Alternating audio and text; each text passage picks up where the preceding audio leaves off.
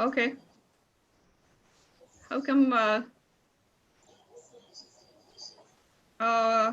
Dr. Teong, you can stop your screen share and use only video and audio. Okay. Can you hear me? Can you stop the share, your screen share? Just go back to share screen and it will say. Oh, I'll do that from my end. Can you do it? Okay. Yes. I'll just. As the host, you can do it now.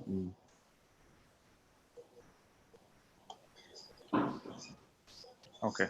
Good. Yeah. Dr. Russell, you can start your recording and then we are good to go. I am putting the link of the YouTube live streaming on the chat. So in a case anybody would like to share that link with your friends and colleagues, you can send that to them and they can connect directly, even if they haven't logged in for this particular webinar. And it will be live streamed and recorded there as well. So they can watch it at their convenience. I'll be just putting the link in the chat box. Peter got disconnected. He says, let him, right, I'll let him in. Okay. Can you admit all right, now? I think we're ready to admit. Yeah, you can admit all. Yeah, I'll do that. And so we'll wait for everyone to be admitted. Yes. Yeah, I've done admit all, so we'll just wait for a minute. And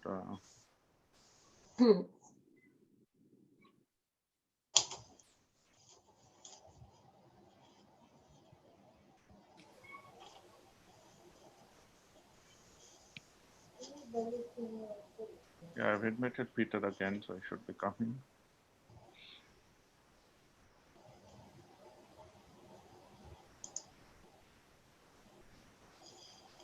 all right.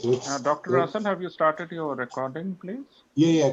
Can you'll be able to see the recording? Can you see it red? I'll just check that. No, it's recording from what I can see. You can see it. Yes. Okay, good. All right, let's start. We are on time. I've all been looking. Okay, a very good morning, good afternoon, good evening, and good night to all of you, all our colleagues, participants from around the world. So we are here today to continue with that outstanding, stimulating start that we made last Sunday on this important issue, looking at how families and couples have coped with the quarantine that has been people are experiencing in responding to the pandemic, the global pandemic. Indeed, for understanding and listening last week was fascinating and stimulating to see how things have been happening around the world. Now today, we did last week have some representations from families who took part. Two housewives and the other two were clinicians who will be here today too, the doctors and clinical pediatric audiologists. Today from the family section, we have Dr. Teong Low. The last time it was, we had, Mary Pradeep, is it? Bernice and June and Leanne. And Dr. Deepak. Right, Dr. Deepak, the pathologist, yes. So, and today we have Dr. Teong Low, who's a clinician, a family practice, but importantly, he represents a family with a disabled child and the impact that has in this whole combination, not just of the family and the relationship, but the third factor that adds to this, and we'll look at that too. So I'm also delighted we have Dr. Peter, who of course, Peter Franco, who's our co-host, and I want to welcome Peter once again in his role as the co-host.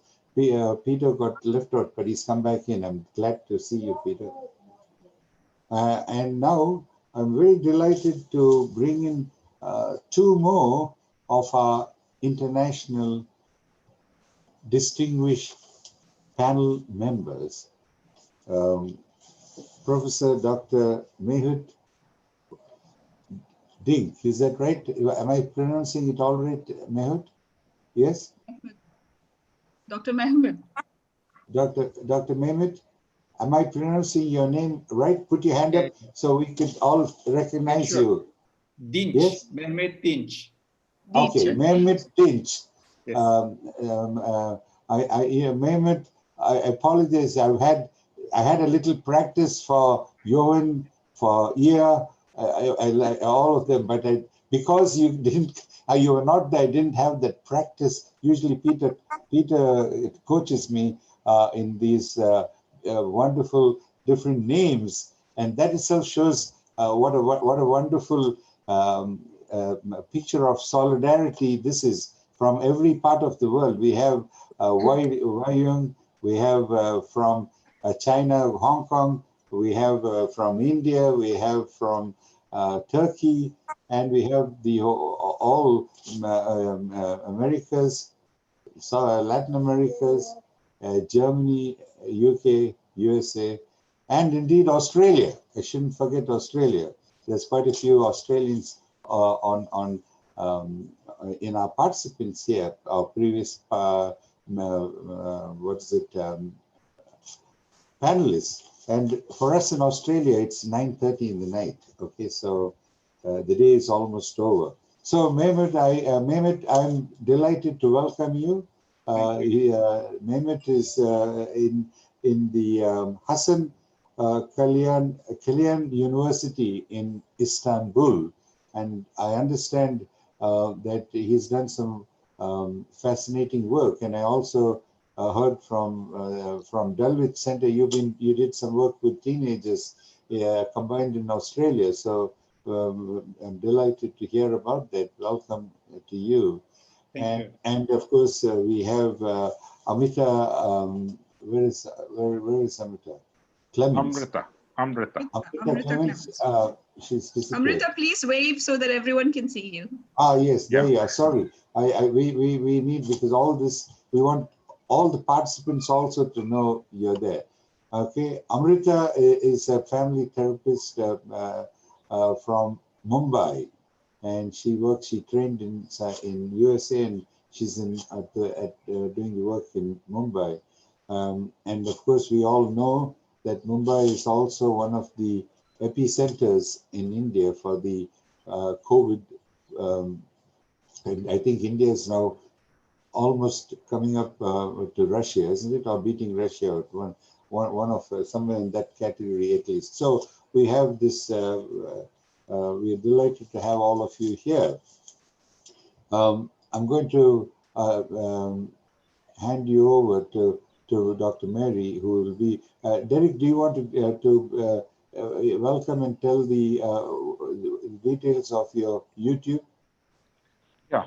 And the chat box and the yes, chat. greeting to the panelists and to all our participants.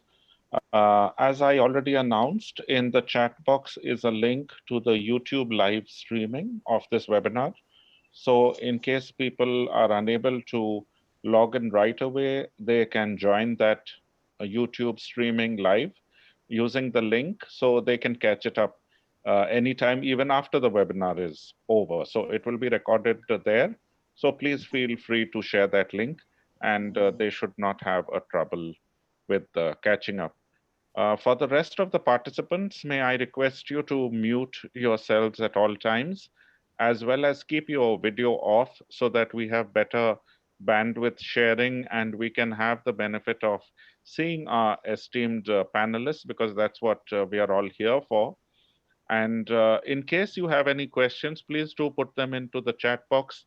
The panelists will either answer them there directly, or we will take them up at the end and see that your questions are answered.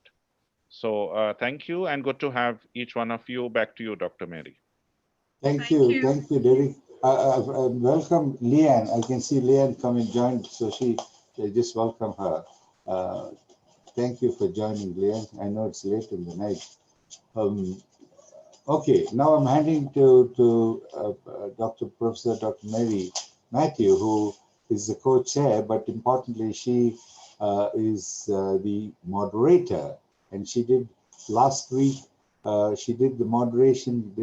I thought she did a great job with the time, and so now she's got the job.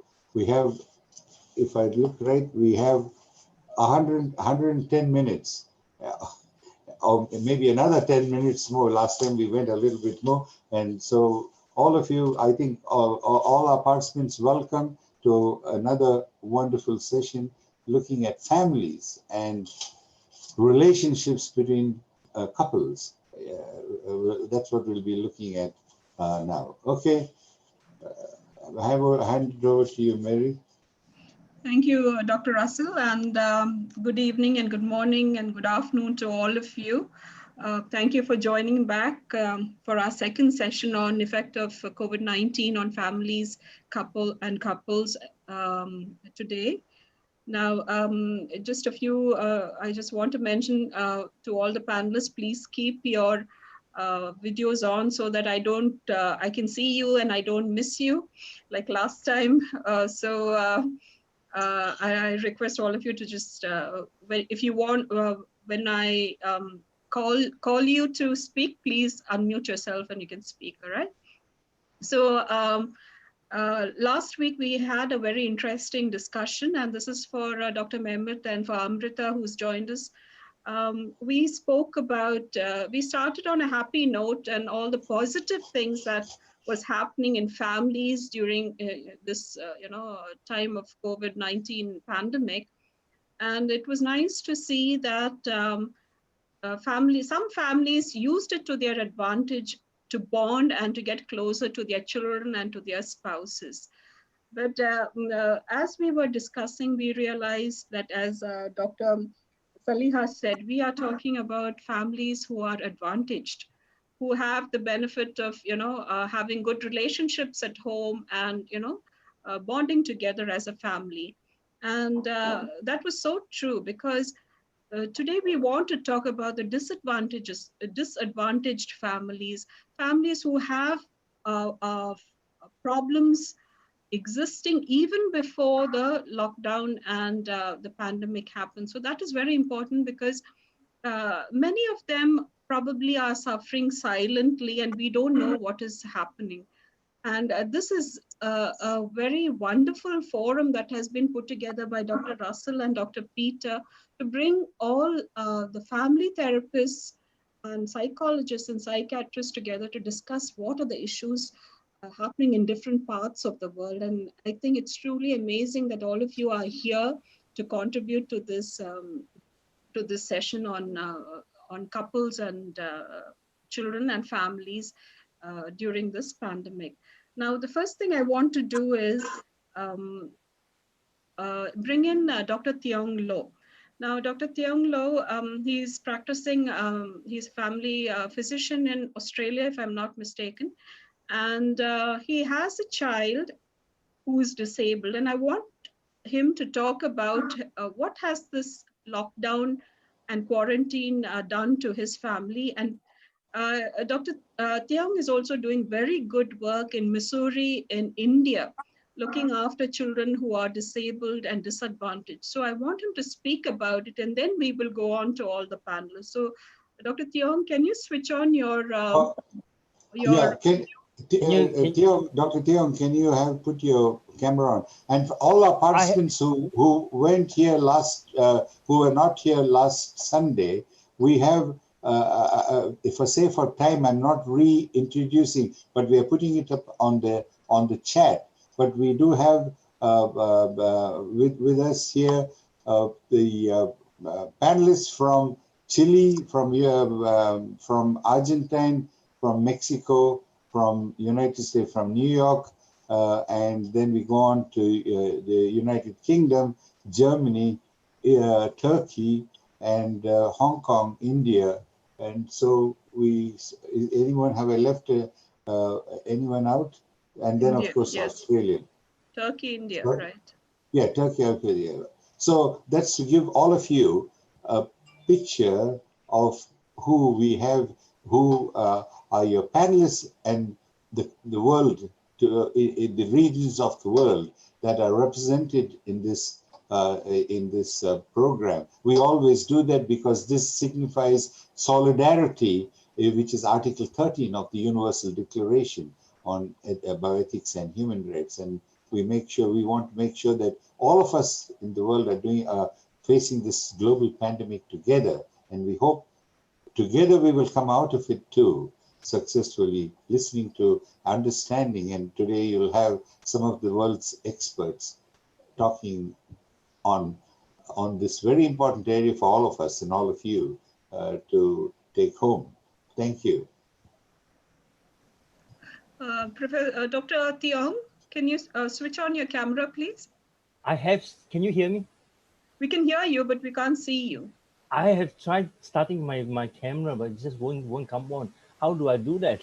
Okay, just one moment. Let's ask Dr. Derek if he can help No, her. I'm trying to start it. Derek, can you also try? I keep clicking. I've given the permission. I think there's some local issue there. Because Well, I've got two permission- cameras here. I keep trying each of the cameras. Nothing's coming on. No, So maybe two. You can disable one. So possibly. I have disabled one. Each time I disable one and try the other one, both of them doesn't seem to work. They don't? I'm really sorry. I don't know what the situation is. Okay, what you can do is what you did before. Can you share your screen? We can see you when you share your screen. Share screen. How Let's do see I if we share can my? see The you. green button. There's down. a green button on below. Yep. And after you finish, you can unshare or stop sharing. It still doesn't work. Okay, then Can you it's see? no, we cannot see you. It says Dr. Teong. host is disable my screen sharing. Okay, so okay, never. Derek, would you like to try that? But just to introduce you, Dr. Teong Low is a family practice. He's been in Melbourne for, I think, 40, 50 years, but he was the president of the Australian Chinese Medical Association and has been doing some good work in not only in family medicine, but also in family practice, but also with disability. If Teong can't open that, we let him talk. Because Teong, we might have to have you speak without your camera. We'd love to see you, but I'm not sure. Oh, maybe it might be a good idea. You don't want to see my ugly face. any Okay, Dr. Teong, can you tell us what is, you have a disabled child, Yeah. and what has... maybe one other alternative we could do, can we go ahead and come back to him and see if we can get this working? If that's an issue? I don't think so. I think there is some problem No, there. I think we'll just go ahead. We'll go ahead, yeah. Dr. Teong, can you just tell us about the effects of COVID, this pandemic, what it has done, to your family and the child that you have, the boy, your son? Yeah, sure. My son, Sean, not a child anymore. He's yes, he's not 36, going on to 37. Yes, he's but big. He's been the center of our attention for the whole of his life, especially since his diagnosis at the age of 18 months. That's a long time ago, at a time when autism wasn't very well understood, and we had to learn to understand his behavior, to understand his needs and his tantrums and his obsession. Throughout,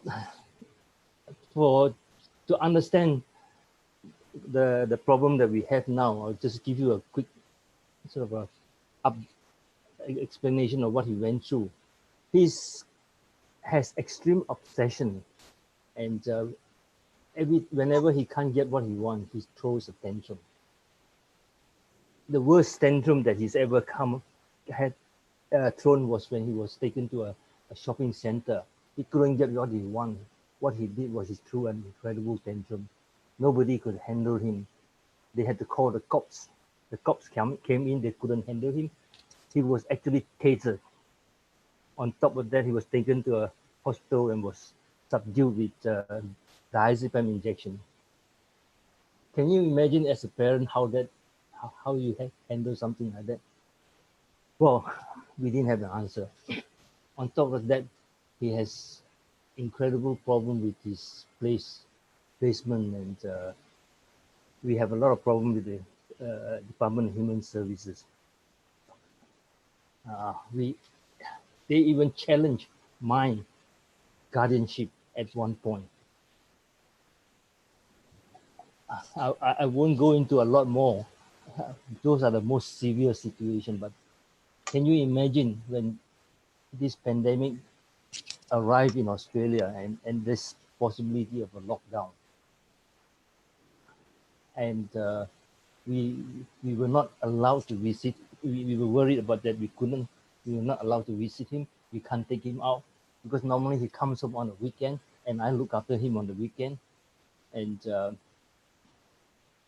if we can't take him out and he can't come home, what is going to happen if we have another tantrum? He loves, the other thing that he loves is food. And, we take him out for dinner. At the center that he's staying in is an incredible place because they have a lot of services. He gets taken out for shopping programs, for arts programs, for going out to restaurants. All those things cannot be done because of the lockdown. So going towards the lockdown, can you imagine what goes through my head? End of the world. Fortunately for us, he was allowed to come we were allowed to visit him, and we were allowed to take him out to the park for a walk, even though the center can't take him out. So it turned out pretty positive because of that. And fortunately for us, because of what we went through, the department is well aware that we are capable of looking after him. So for us, it turned into positive because of what he's been through in the last 35 years or so. For the two of us, we were really happy as a result of that. I guess that's the main thing. So yes, Dr. Teong, as a parent, it's really very difficult when you can't see your child and when you can't meet the child and you don't know what exactly is happening. But then you said this has turned, what has happened has also become positive. But I'm sure there are children who are, who don't get to meet their parents at all. And this has been quite difficult for you from what I understand, but you're doing a lot of good work in Missouri with disabled children. Can you tell us what you're doing for them? This is Missouri, India. Dr. Teong is doing a lot of charity work in Missouri, India. So you were right. It's very difficult for other kids because as far as we know, there were other kids with disability here that the parents were not allowed to see them. I cannot imagine how that would have been for us if that happened. So that's our situation. For those of you who doesn't know Missouri, it's to the north of India, somewhere in the state of Uttarakhand, to the west of Nepal. A friend of mine came to me some 9 years ago. He wanted to start this project called Samvetna. It's a project that helps the disabled in the hilly area down there. It's a very remote area and the landscape is, oh my God. Even walking up and down the street, I tell you, you can't walk very far. It's just step steep. And for those kids, they have no where to go and no, and for a country like India, what is a disability? It's a curse of God. And most of the time, these kids are sort of ignored and hidden away. So the project started about 9 years ago. And what they did was they got a property where somebody gave them, let them use it for very low rent. And they brought those kids to the place and teach them and allow them to enjoy themselves. So 9 years ago, it cost about $10,000 a year. Today, the project has increased 10, 15, 20 times, $150,000 to $200,000 a year. And 4 years ago, they built a purpose-built building with rooms for kids to stay and kids to learn, that kind of things. And I donated a disabled bus for them last year, and the bus was used to bring the kids to the center. And the kids, well, there's somebody made one comment once. He said, disability is a curse of God. But from the works of Samvedna, we know today they are part of society. So in other words, even in that sentence, this project has already succeeded. During the lockdown in India early this year, the 2 months of lockdown, all these kids were unable to come to the center. And a lot of them are, really poor. They don't even have food. So the center, what we did was we actually provided up to about 5,000 rations for the families. Each ration comprises about 20 kilos of rice, 20 kilos of flour, plus all sorts of things, costing about $40 Australian. And that ration will last up to a month for the family. On top of that, the workers will go to the house and again teach the kids in their house, help them learn all sorts of things. At the center itself, there were many people who came in to volunteer. What they did was they stitched up to 7,000 masks, which is donated to all these families. And they even go to the center home to teach them how to use this mask and how to clean themselves, how to stay safe. So I think when you look at something like that, well, my son is nothing. That's all I'm going to say.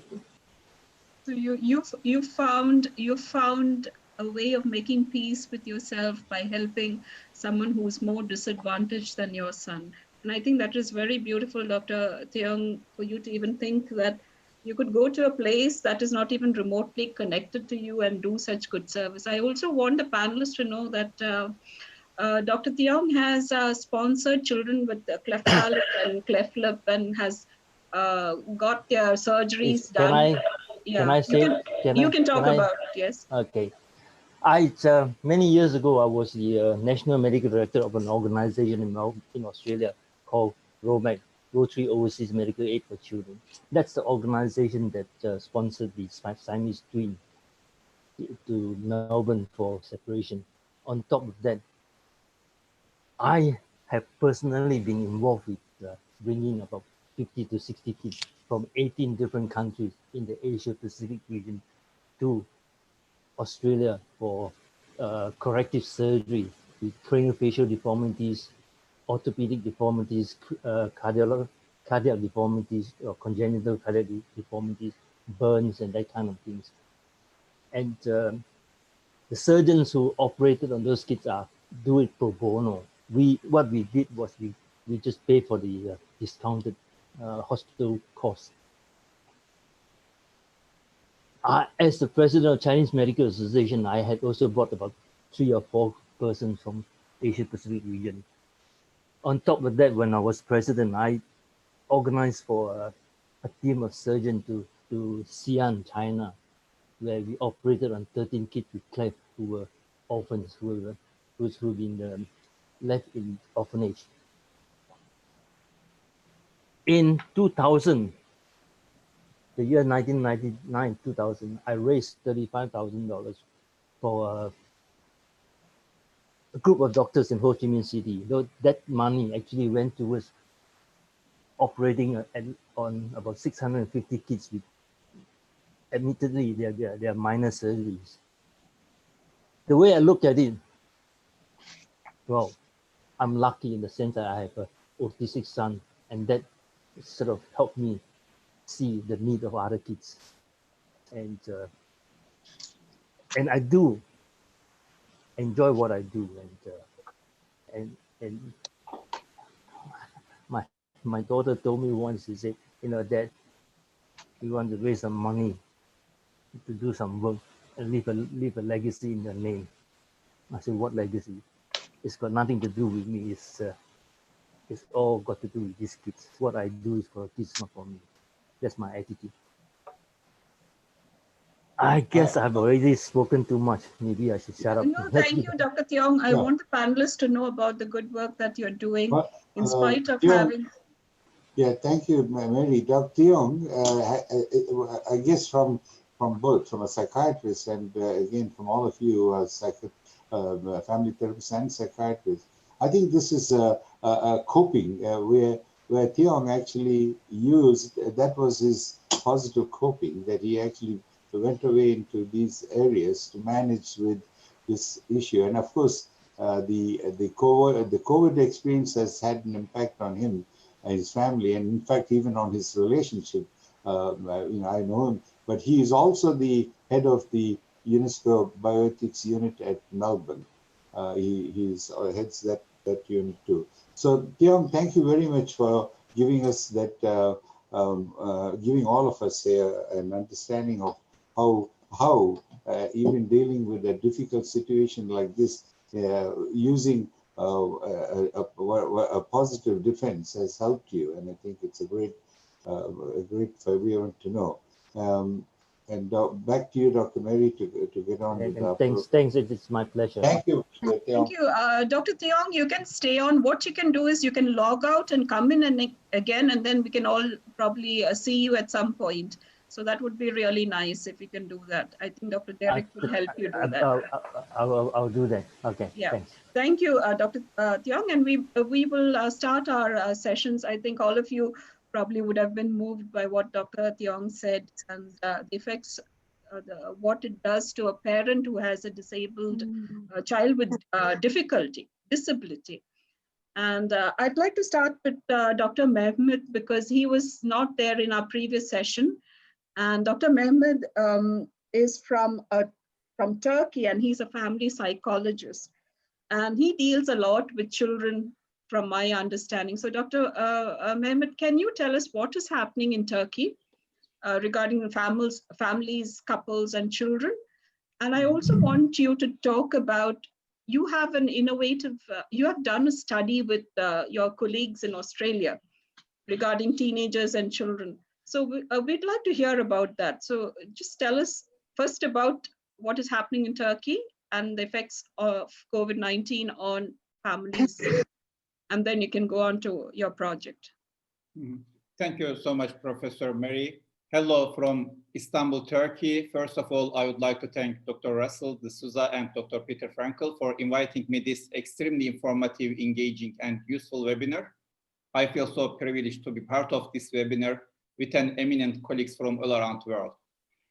In Turkey, we are coming back to normal life nowadays. There is no lockdown anymore. And because of summertime in Turkey, people start to go back to their country town.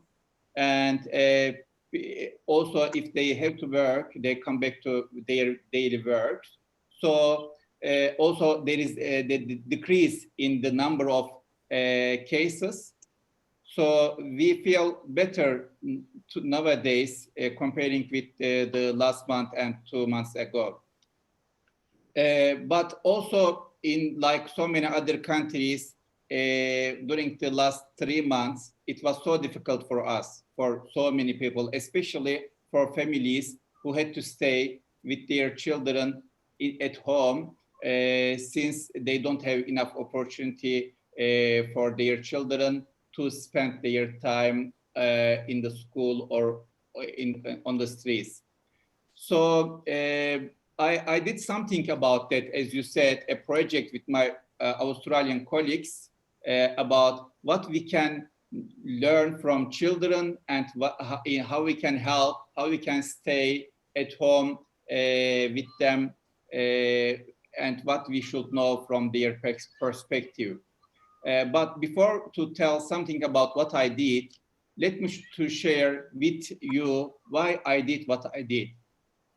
First of all, I would like to say about the situation in Turkey. In Turkey, like so many other countries, schools have shut down and children had to stay at home with their parents for 2 months because of the pandemic. Nowadays, there is not a compulsory lockdown, but the authorities recommend people to stay at home, and it is so difficult in summertime to stay at home. Especially for children, it is more difficult because they don't have a chance to spend their energy outdoor. They have less opportunity to play games or sports, and also no real life connection with their friends, etc. On the other hand, so many guidelines have been published for parents on staying at home with children in websites, social media, TV channels, or newspapers in Turkey, written or prepared by experts. And they mainly focusing on structuring or limiting children's lives and looking from just parents' perspective. Because of a mindset leads adults to distrust young people's capabilities and to heavily structure their lives. Unfortunately, young people's competency is routinely underestimated by adults. According to Epstein, American teens are subjected to more than 10 times as many restrictions as mainstream adults, twice as many restrictions as active duty US Marines, and even twice as many as incarcerated felons. We have similar experience in Turkey. Of course, parents and experts feel responsible for young people and wish to help them. However, the new door cannot be opened with the old keys. Parents need to change the classical understanding or relationship with young people, and they have to change their attitudes towards them. Especially in Turkey, parents have a so much higher status regarding their relationship with children, and children have a less opportunity to be heard. But sorry to say that parents on one hand and young people on the other are often positioned as being on opposite sides rather than as working together against problems. Such an understanding leads to much conflict, and they feel desperate about what they are supposed to do. Their feelings of helplessness can lead to conflict with young people in the home. To escape from this trap, what I believe is, since the lives and experience they discuss belong to young people, we cannot adequately understand young people's experience and ideas if we don't listen to them. Therefore, what I did, I set about developing a project to explore young people's understanding, knowledge, and skills about staying at home experience. As a narrative therapist, I believe in people should be allowed to speak for themselves rather than be spoken for or about.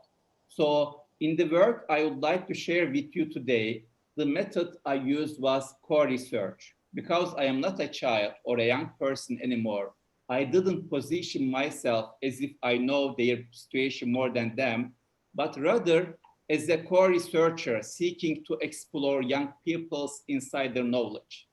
My focus was on valuing the local knowledge of the young participants. As Barreto and Grayson says, I quote, when people's local knowledge is devalued, This leads to interiorization of misery. Misery becomes an internal experience. In some way, psychic misery becomes a problem of faith. When people no longer have a belief in themselves or faith in their own knowledge, this brings psychic misery. And the situation is made worse if they seek assistance from people who only value academic knowledge and do not value local knowledge. One of the key tasks is responding to psychic misery is to enable people to believe in themselves, to assist others to have faith in their knowledge. So my aim was giving young people a chance to speak through, to reach a broader audience for their insights, not just to me. I was so curious about what young people think on staying at home with their parents, what they want their parents to know about the time they spend together, what they know about the secrets of staying happily together in the house, what are the skills they can use to make this process more meaningful and more fun for them and for their parents. I do believe that learning from them, knowing their ideas and realizing their skills will make staying home experience easier and more enjoyable for them and for their parents. So I prepared some questions and passed them to children from Turkey and Australia with the help of my friends, Katie Christensen and Danita Martin. With the answer of children, I prepared a what to do at home during times of quarantine guideline for parents by children with the great help of Dr. David Tambura from Dali Center. My daughter Nurnihan, who is 10 years old, became the face of the project, and the guideline has reached so many parents and professionals in Turkey and other countries, thanks to again Dr. David Tambura and Dr. Peter Franco. So if I still have time, I would like to share some answer of children from the guideline. If I don't have a time, Dr. Mehmed, we'd like to know, because these are suggestions of the children to the parents, how to live during lockdown. So give us what they think about it. And when you say children, please tell us which is the age group that you're talking about. From 5 to 20. Was this a response from the Australian children too? It was a joint one, isn't it? Yes, it is from Australian and Turkish children. The age group was from 5 to 20. 5 to 20. So it's nice. So you've included teenagers also. So we'd like to know what are their suggestions. Sure. For example, we asked them about the skills they use as kids to make staying at home more fruitful for adults. I want to give you just a couple of examples. For example, 9-year-old from Turkey say that I try to involve them in my play. Also, the theme of patience was mentioned as a skill by quite a few. I try not to interrupt my mom when they are doing something, but it is not easy. I guess that's patience. Maybe if we are waiting to tell you something, we can do something like play while away. The answer from Eddie from Australia, 8 years old. Another skills they use, sometimes I stay quiet, keep myself occupied so I don't have to depend on my parents. As you can see from this answer, also the other answer, they already know so much information. Yeah, it's so beautiful. They have analyzed their parents and how they're going to deal with their parents. That's the beauty of what you're saying. Yeah. Yes. They already know what we are planning to tell them. They already know that. Just we need to give our attention to them to be open to hear them. So it's more like educating parents more than, because I think probably the guidelines would have been for parents to educate the children, but this, what you're saying, is educating children's answers to the problems that they're facing for the parents. So I think that's very beautiful. The outcome, I mean, I'm sure it's a beautiful study. If it is already done and published, it'd be nice if you can share the link with us on the chat box, so that it can help all the panelists and all the participants who are here. Use another proper one. I'll share the link. Yes. And one thing, Professor Mehmed, I just want to know, do you deal with only children or is it families in general? Have you noticed anything has this COVID, the pandemic raised issues in families that you're seeing in Turkey, which you have not seen before? Is Turkey a conservative society? Do children still stay with parents? Yeah, the children stay with parents, and we are kind of conservative society. And also during the pandemic, families experience so much difficulties because of the staying at home. Especially, there are so much worry about children spend so much time online. Online, and, right? Yeah, so much, so limited time with other activities. So we also raised this issue in our questions as well. And also I did some other work in Australia asking young people about what they would like to share about their knowledge in digital lives to their parents and teachers. I would like to also share the link of that work as well in the chat box. That'll be really nice. Thank you so much, Dr. Mehmed, for sharing all this beautiful information. Thank you. I'd like to go to Amrita Clements. Amrita. Yeah. Amrita, nice having you here. You were not. We tried to get you in the last time, but the last session, but somehow you kept logging off. You're coming in from Mumbai, from India, and you are a family therapist. I'm actually amazed that we have a family therapist in India, because I've never heard of one before. So it's lovely to know that there is something like this, this option available in India. And Amrita, are you seeing anything different from what you've heard from our panelists before? Are you hearing and are you finding anything different in Indian families? Because Indian families, majority are conservative, and like Turkey, children stay with their parents. So are you experiencing anything different, or is it the same when it comes to India, or rather Mumbai? You're from Mumbai. Right. First of all, thank you so much for having me on this panel. It's really, truly such an honor. And I need to put this out there that India is huge, and that I'm representing a very, very small demographic, the middle class in a big city. And as of today, we're in 102nd day of lockdown. And unlike many other countries, our lockdown has been very strict since day one. And when I say strict, I mean there are many rules to follow that keep changing. And there's also the possibility of getting hit or harassed by police who may catch you if you leave your apartment or society complex. So we've basically been indoors for the last 4 months. And remember, Bombay has a lot of people and very little space. India also has a lot of joint families, which could include 3 or even 4 generations under the same roof. And you have this sandwich generation trying to control their parents who may not fully understand the risks of not taking necessary precautions. And then you also have them controlling children from going out.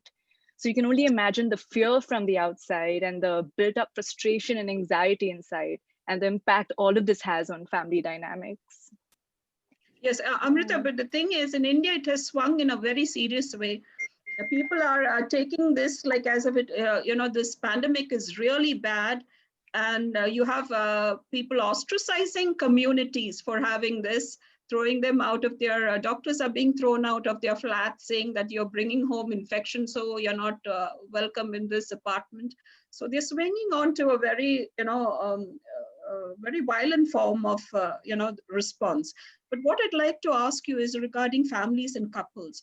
Do you counsel families and couples? And what have you noticed? Has the problems in families increased with this lockdown, or do you see anything different, a different pattern at all? Yeah, I am a marriage and family therapist, so definitely counsel both couples and families. And like Peter had mentioned last week, these last few months have been so much more than about what schools of psychology we adopt or the perfect communication skills couples need to have. But there have definitely been a few dominant themes that have come up for me in therapy around grief, empathy, and purpose. Each person's grief looks so different. Each family member is experiencing a different kind of loss of time with friends, loss of freedom, loss of space, loss of work, and a collective loss of control over this situation. And learning the value of not judging each other's grief, but understanding it and holding space for one another is so important. And learning to listen to experiences and provide comfort or just a non-judgmental presence can go such a long way. And I think together, as families and as a community, learning to cultivate empathy during a time like this. Because where there is grief, there's an opportunity for empathy. And when there is empathy, there's an opportunity to be heard and seen. And I think when we feel seen and our stories are validated, we're strengthening our immune system. So we're using our collective strength to provide protection to our immunity, even before we can provide a vaccine. Yeah, no, but the thing is, Amrita, I want to ask you, are families taking, I mean, is it breaking up families? Well, I don't think right now we really have the luxury of families breaking up since we don't have a choice to get out. Are they thinking, because I'll bring in Professor Wayung, because she made a statement and she read out letters from people who are going through this thing. But are you seeing, separations? Are you seeing divorce? Are you seeing children fighting with their parents? Do you get all that? I think violence has definitely increased, at least especially here in Bombay. Absolutely, yeah. Violence from adults? Both sides, both sides. So parents and children, is it? Parents and children, yes. Parents between each other. I think there's just so much frustration. And like I said, lack of space, right? So everyone's in each other's space. And which is why I just want to end with also purpose. I think the ability to find or create purpose in the season, I think, is crucial. Either to build resilience, to be survivors, or to just strengthen relationships with each other or even with ourselves, if family members right now could be triggers, or to grow in our faith or our dependence in God. Because when we give our experiences meaning, even in this waiting period, we start to live and not just exist. So what are you advising your couples and your family and the families who come to you to cope? How do they cope? Right. I think right now, I think we're putting aside a lot of, like I said, we're not really talking about skills anymore. We're just talking about these core values of how to survive something so traumatic, right? And I think tragedy and trauma can bring us together. So I think learning how to listen to each other and how to live with each other, I think we're just going back to the basics during a time like this. And it's important to remind couples of the basics at this point. Absolutely. Yeah. Absolutely. Yeah. Thank you, Amrita, so much. We may bring you in if we have time. I want to go to Professor Wayung from Hong Kong.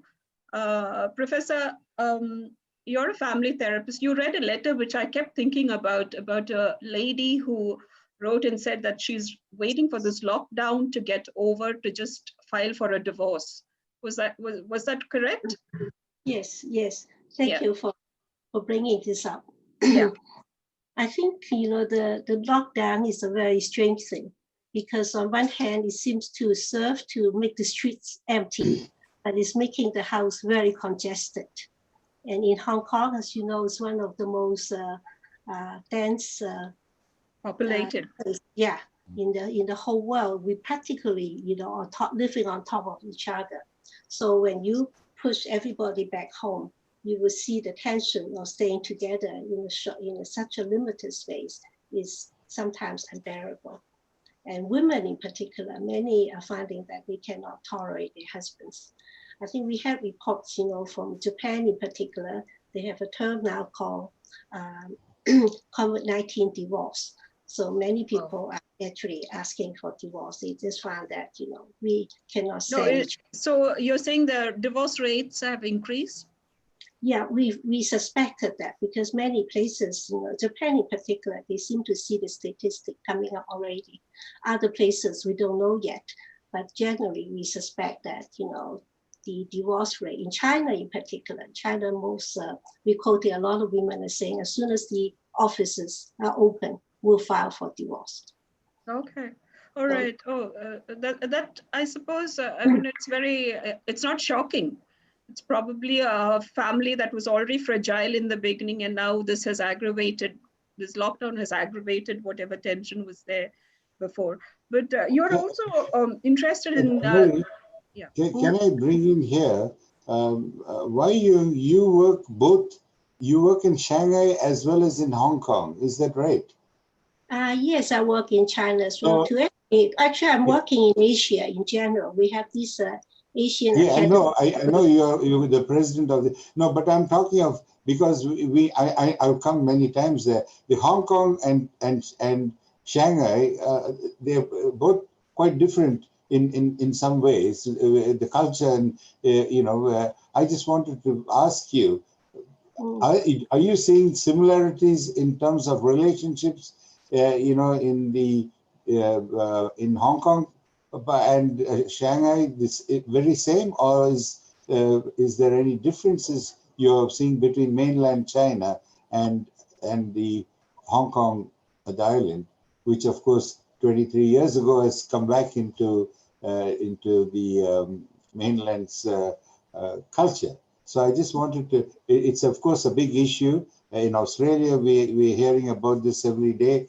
And so I'm curious to look from that point, what, as a family therapist who has the ability, has the practice in both parts, what do you think about that?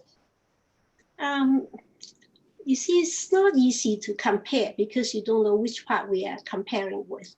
But in terms of couple relationship, I think one element is the interpersonal dilemma. How do you survive each other within a space?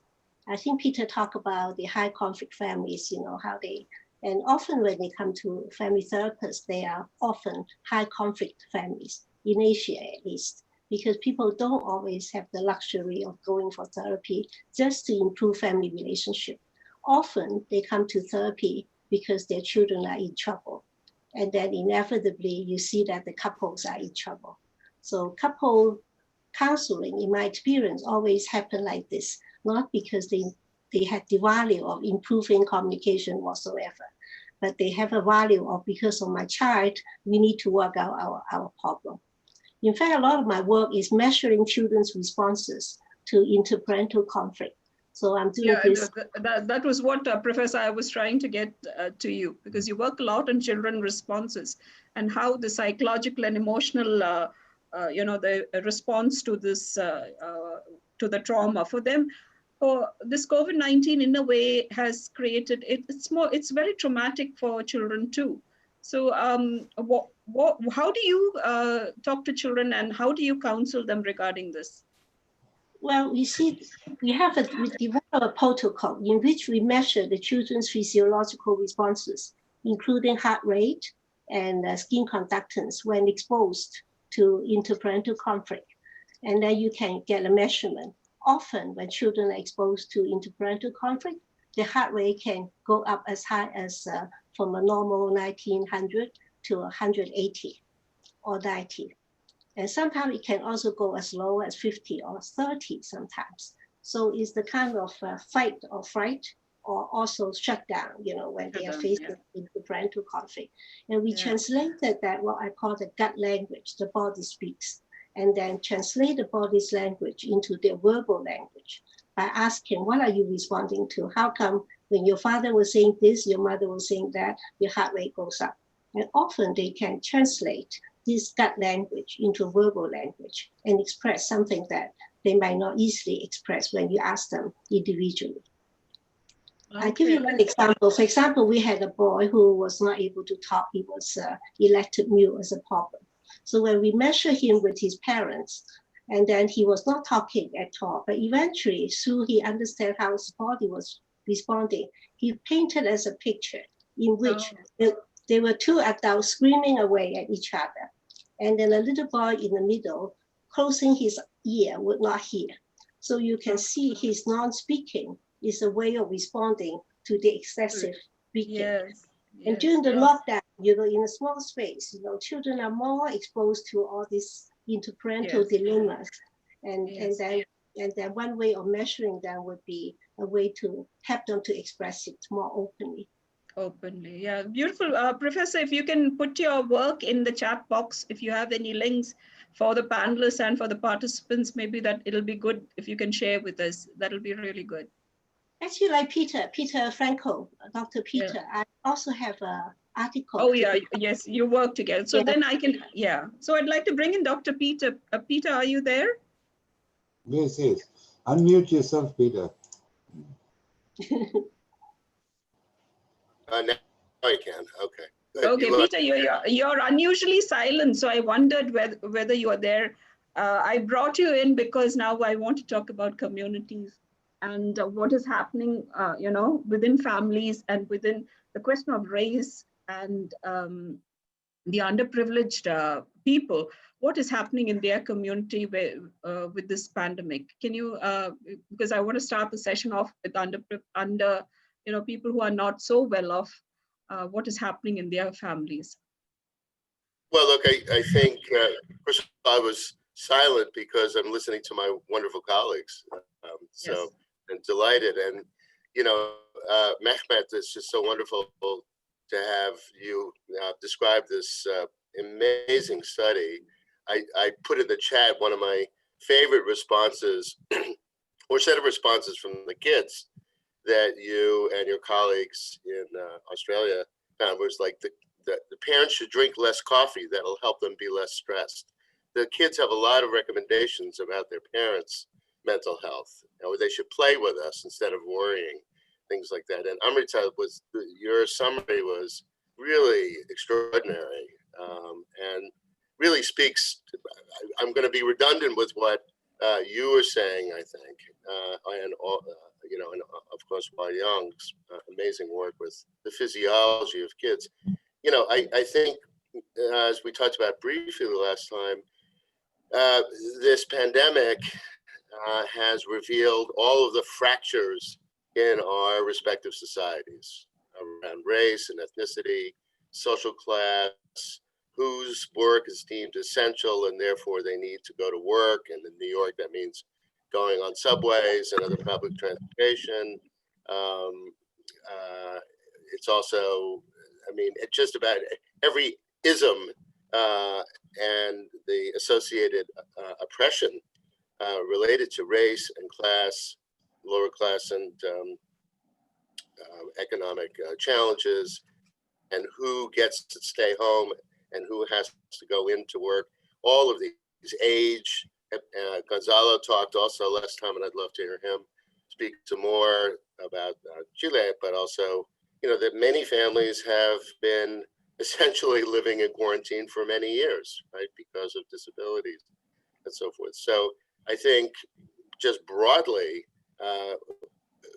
what we see in New York for sure is with the pandemic and people's limited resources and existing limits to gaining resources, all of these issues are coming forward, and it's the anti-racist marches that have been happening in the U.S. have been so significant. I think all of us who are in the U.S. For sure would say so, and they're of course related to the pandemic because it's the fact that people have been stuck at home and watching our president malign so many people in this country and groups in this country.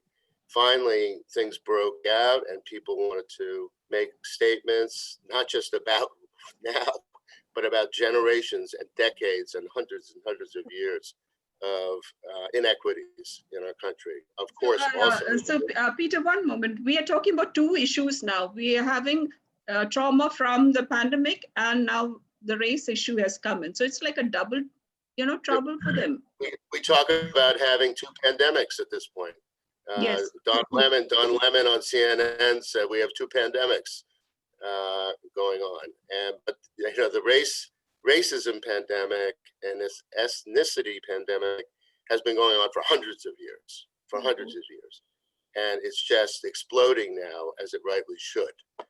So we're seeing, of course, our government, particularly our president and his associates, going absolutely the wrong direction in terms of healing the nation. So I want to be quiet now and invite everybody else to talk about these things. And I think Saliha would love particularly to ask to speak to this because we're both in New York and we're both involved in a collaborative project on building resilience. And yeah, so probably we Yeah, we will discuss it, because I want to discuss issues, because in the chat box, there are participants who have written and said that they are wondering about what is the rise of, has there been an increase of domestic violence and child abuse in different parts of the world? So I think generally in all parts of the world, I think from all the panelists, it has increased. Can I take that as a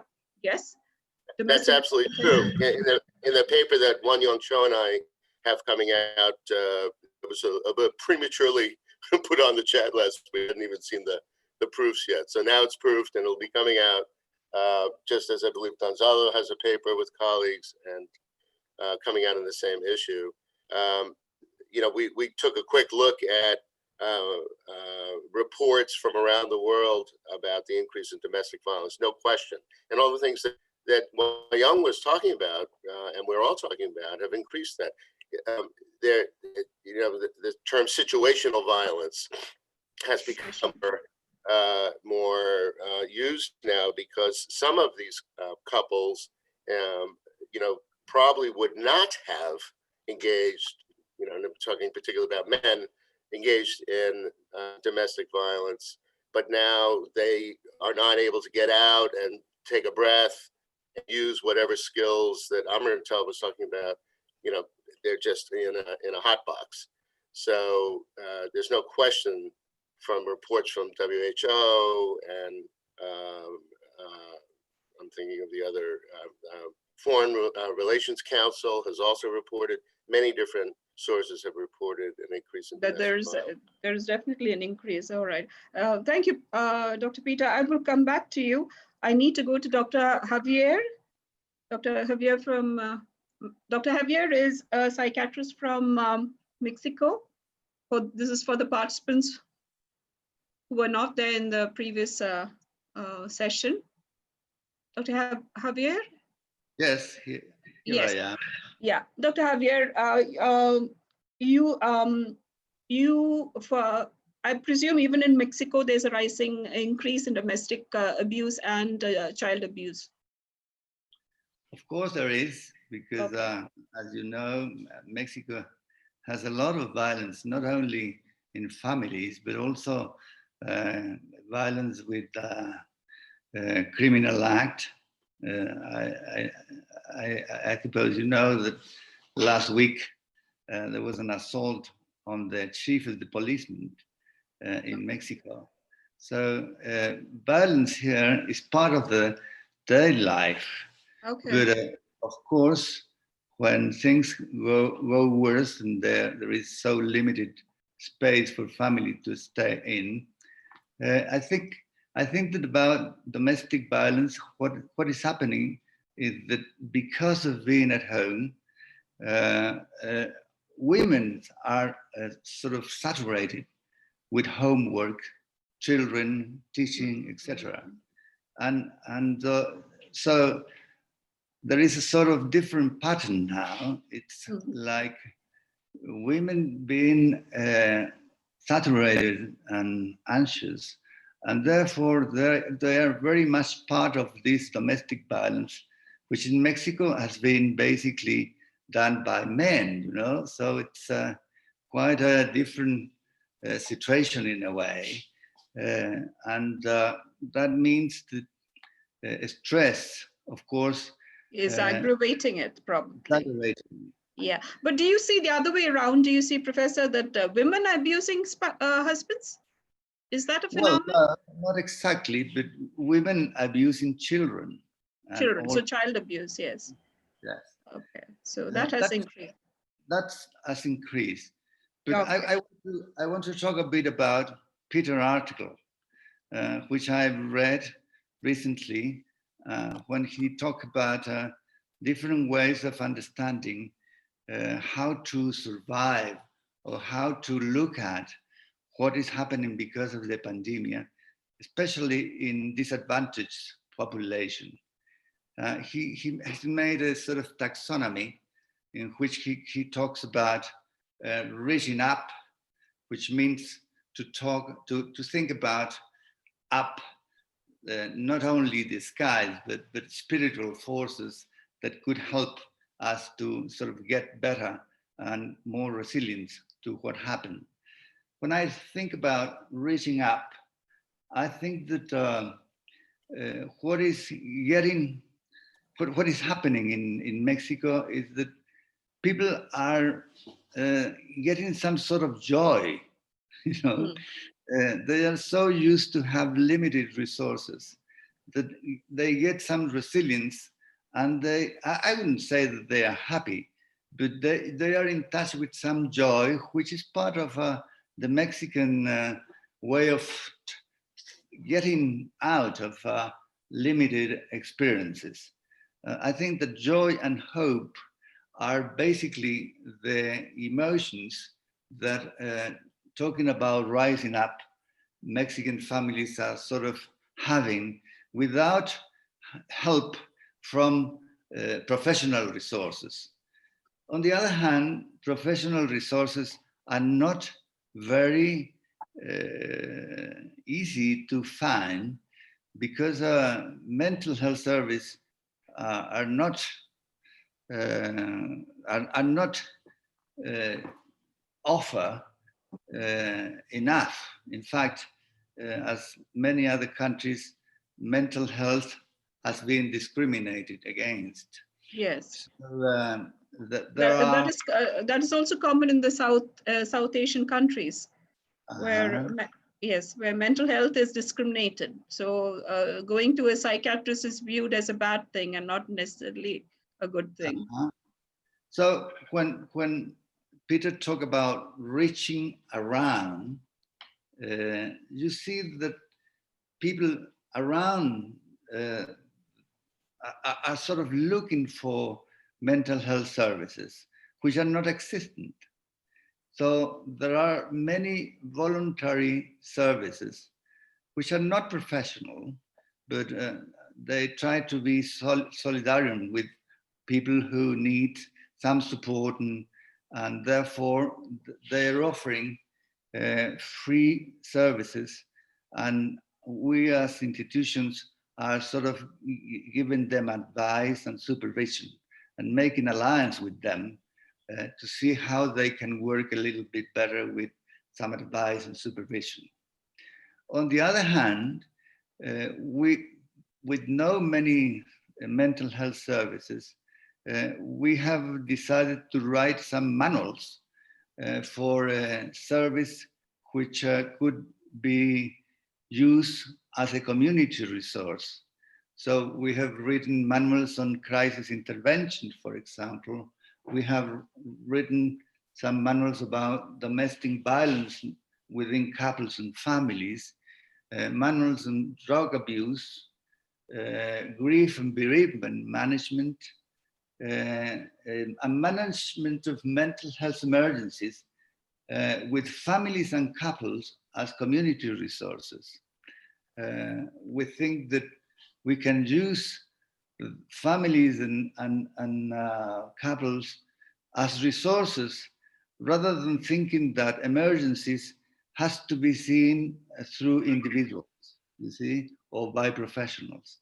So we have sort of tried to get into a sort of community mental health services, which has been organized by voluntary people rather than by the state.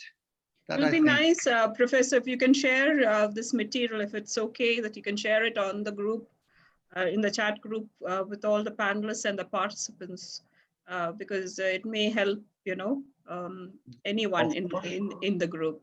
Another thing I just want to ask you is, you use a lot of art and music as therapy in you know, while you counsel your the families that come to you.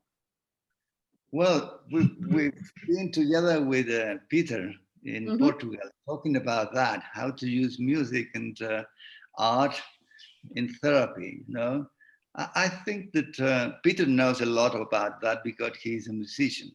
Okay. I am not, but I use some sort of songs which are popular here in Mexico because I think that love stories are really part of the musical culture. expression. In Mexico. So I used that to see whether they could understand that what is happening to them is something that has been sort of heard as a music before, and to get them to be in tune with the therapy, with the rhythm and the time that it's used, yes. But I think poetry is rather the way in which I feel better by getting into a sort of artistic way, in which I don't think I am a poet, but in a way I believe in this sort of it is an expression. It is, yes, in the expressions that you use in the therapy, which gets musical and rhythm.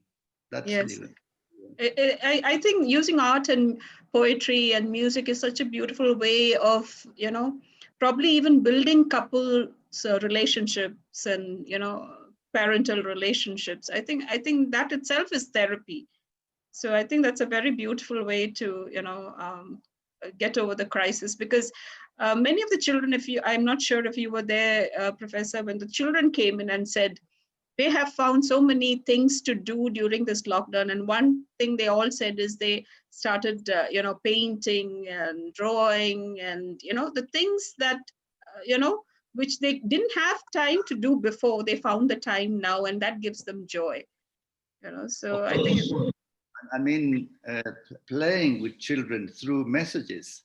Yes. Messenger, you know, is quite a good way to talk to children, because there is a sort of kid messengers. Yeah, so we did have also someone coming in, and the use of storybooks for children to cope, how to cope with the COVID pandemic. So these are beautiful ways of, you know, to teach people how to cope with in crisis and stressful situations. Of course. Yes, thank you, Professor. Thank you very much. I will go to Professor Iyer. Professor Iyer. Professor Iyer is from UK.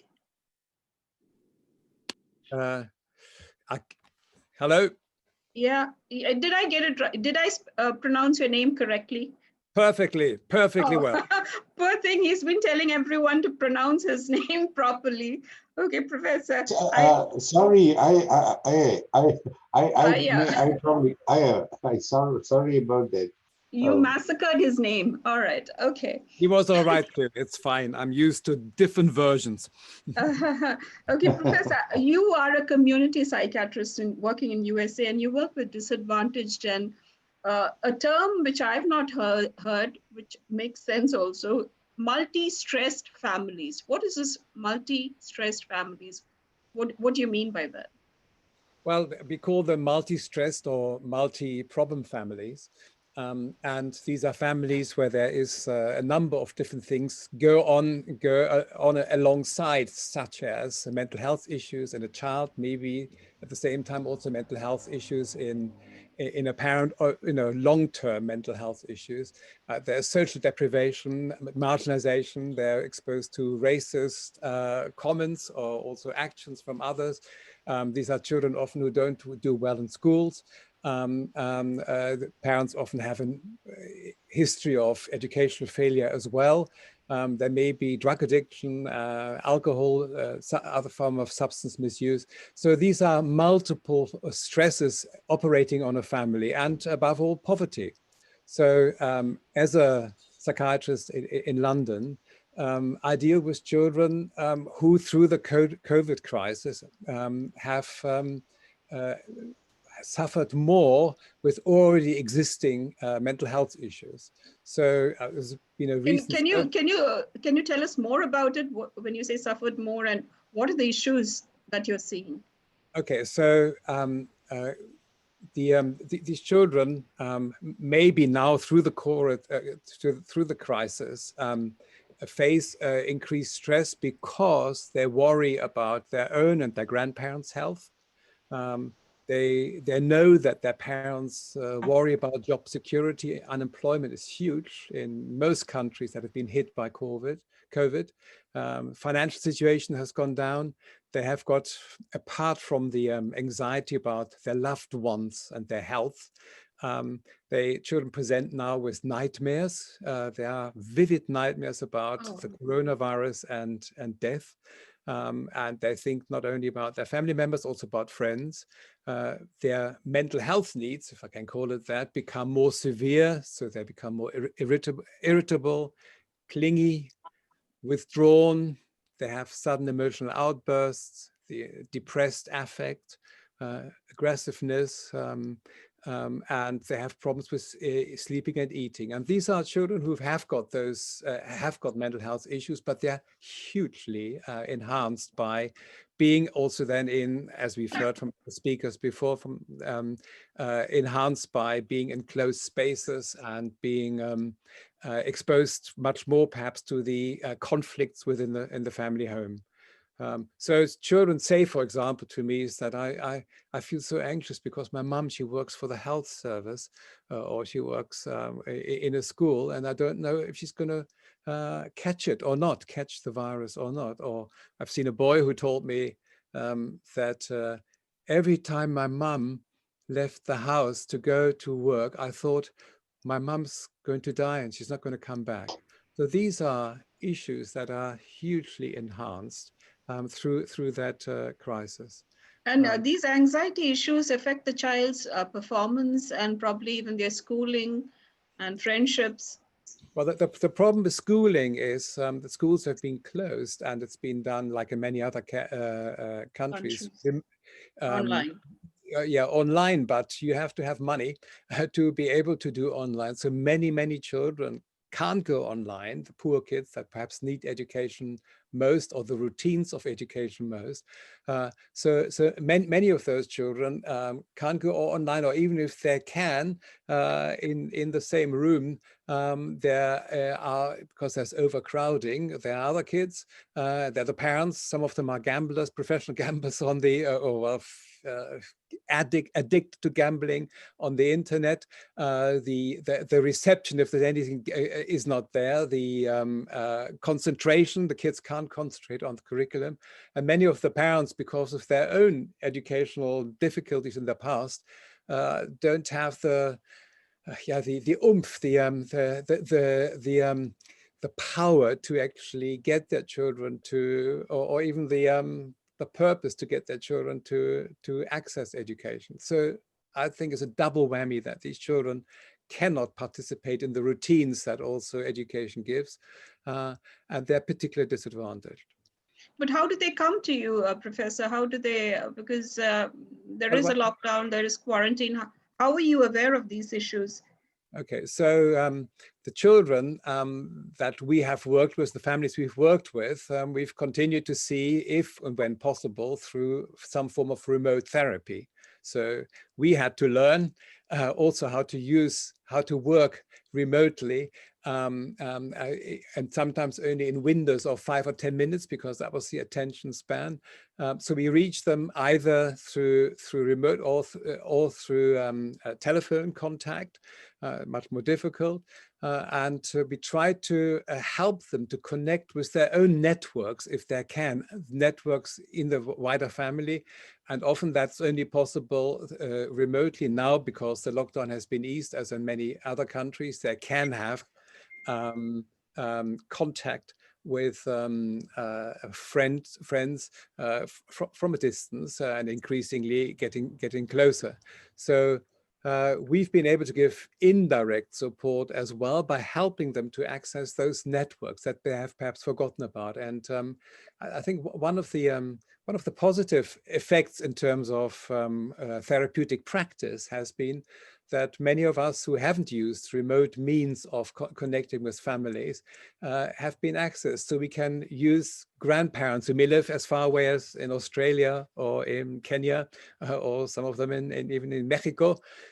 We can get networks to be connected up, and we have sessions like this where we have maybe people from 3, 4, or 5 different countries helping a particular child and the family to come up with solutions, and we see ourselves as being the convener, just like the moderator, just like you, Dr. Mary, to get conversations going between different members of the family tribe, often distributed all over the world. So that's been let's say, a positive of thinking as therapists. How can we help families to use natural networks?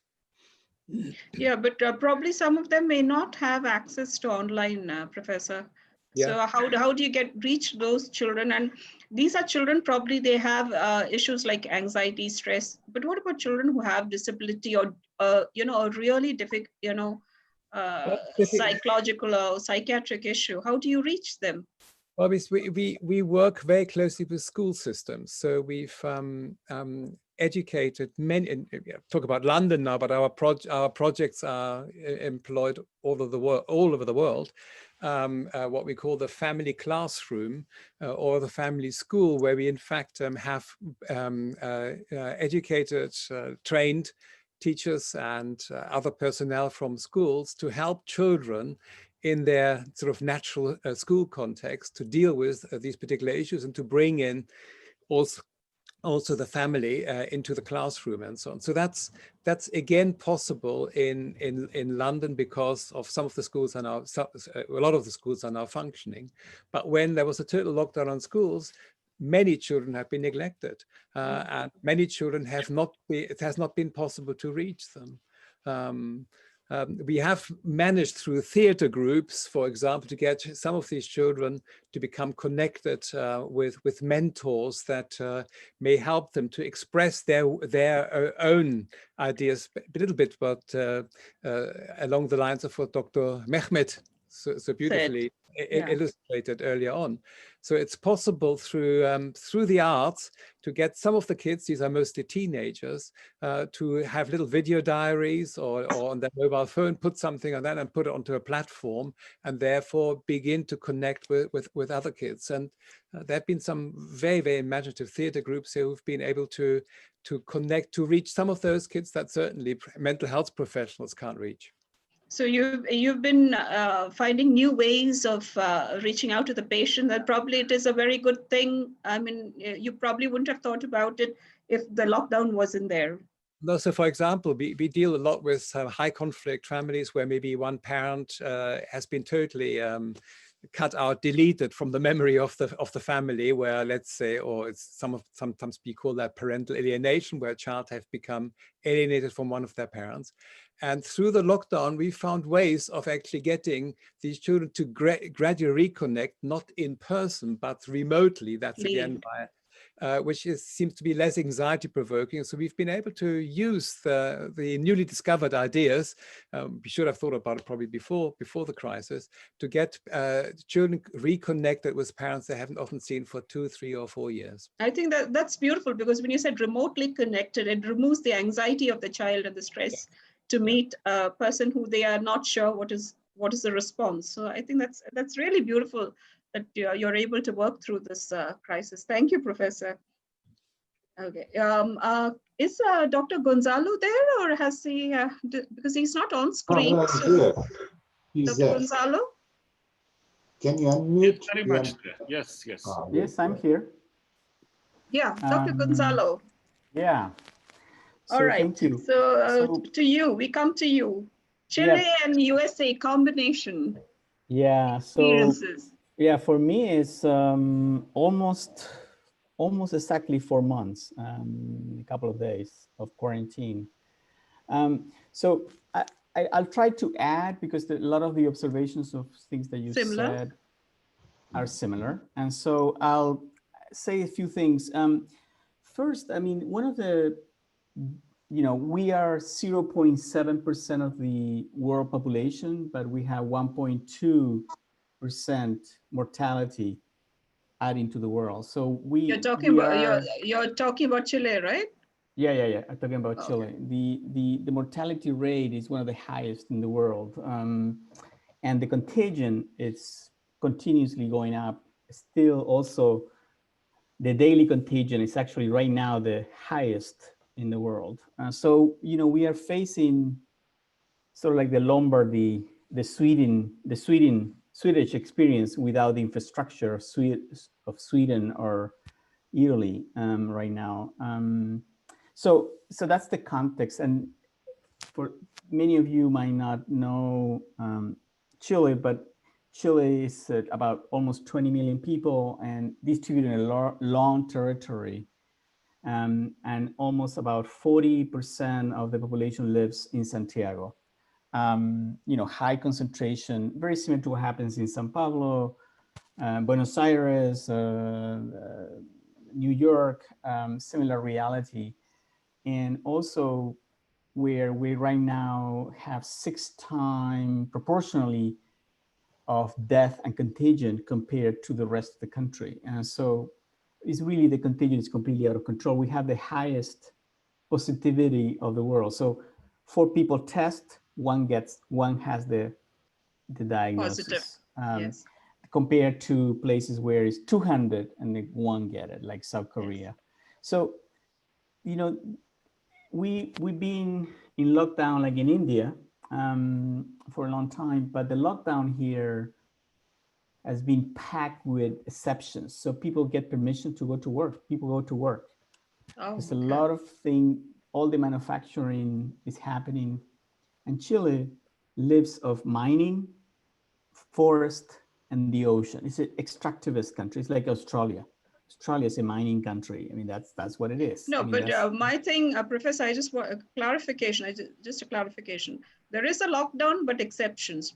So what is what is the purpose of lockdown? Who gets locked down? So, basically there's a lockdown, there's a curfew at night, but there's a lot of manufacturing and a lot of work that is still ongoing. And so people get permission to go to work. Okay. And then you have a lot of people. Stay home? Children stay home? Children stay home.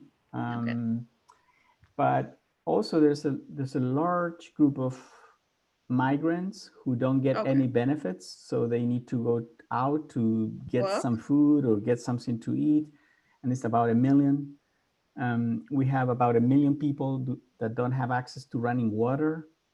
So, washing hands is not necessarily, so there's all this inequality that, became very visible and has been intensified in this crisis. And Chile has this idea, has the largest GDP in South America.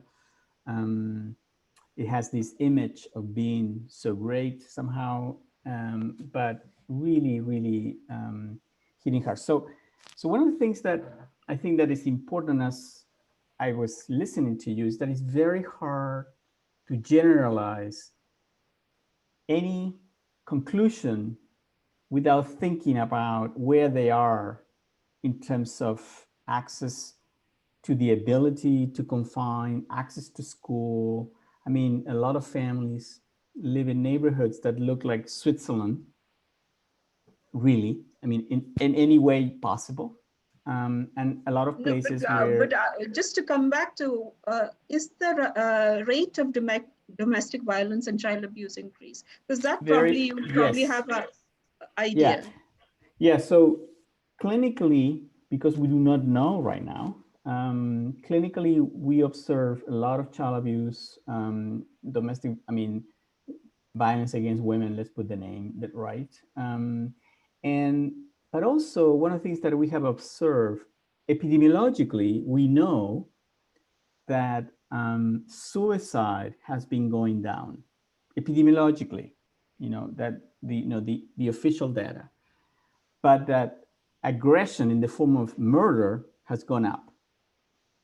No, is this documented or is it? That is that's when I say epidemiologically, because that's documented. That exists in that's official and data. What is the explanation for that? Suicides going down?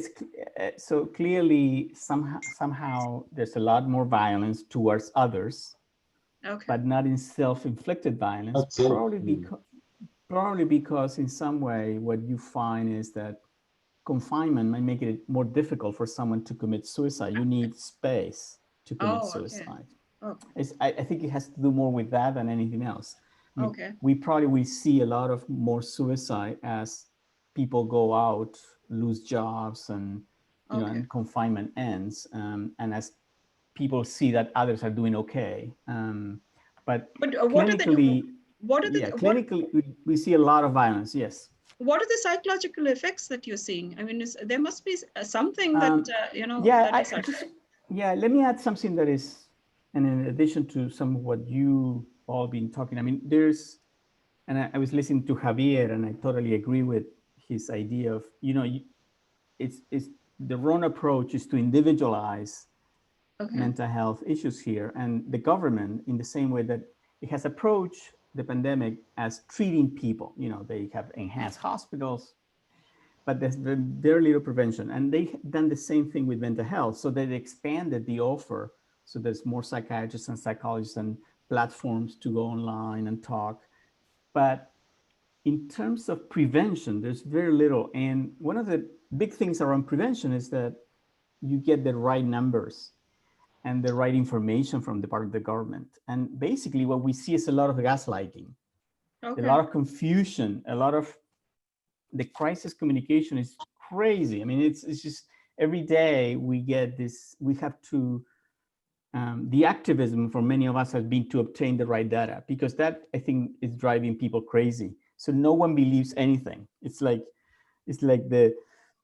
the COVID fake news, sort of like winning the battle of information. And I think that has a lot of rumors fly. That, I think, has a huge negative impact on mental health right now. People are really confused. And like anywhere in the world, people are, their mood. No, but what you were saying with suicide is low, but murders are high. Murders within families or outside the family? Within family, yeah. Okay, I mean, so that is the confinement that is very means, important. yeah. Yes. Yeah. Okay. So I think that one of the pieces that I think it matters here is that when we say in the world we're on lockdown, on quarantine, and this is the title of this seminar, is that it means very different things in terms of how it's being enacted. I mean, I talked a lot with people in the UK, for instance, and in Spain, and it was a real lockdown, in terms of what people did. And here it is not. So some people, I mean, including myself, I've been out twice in 4 months. It's happening, but for a lot of people, you hear the cars running around. I mean, animals have not invaded the city because there's activity. Still anyway. Activity going on, yes. Yeah, and so the subway, there's a lot of people in the subway, buses. I mean, it's quite. So what you're saying, Professor Gonzalo, is that you are not getting the right knowledge about what exactly is happening, and that will probably take time. Probably the real estimates will be revealed once the lockdown is over. Am I correct in saying that? Absolutely. And also, for instance, the discussions about schools, I mean, they planned so badly that, quickly they decided in April that they will be, they will do school vacations earlier so that people can then go back.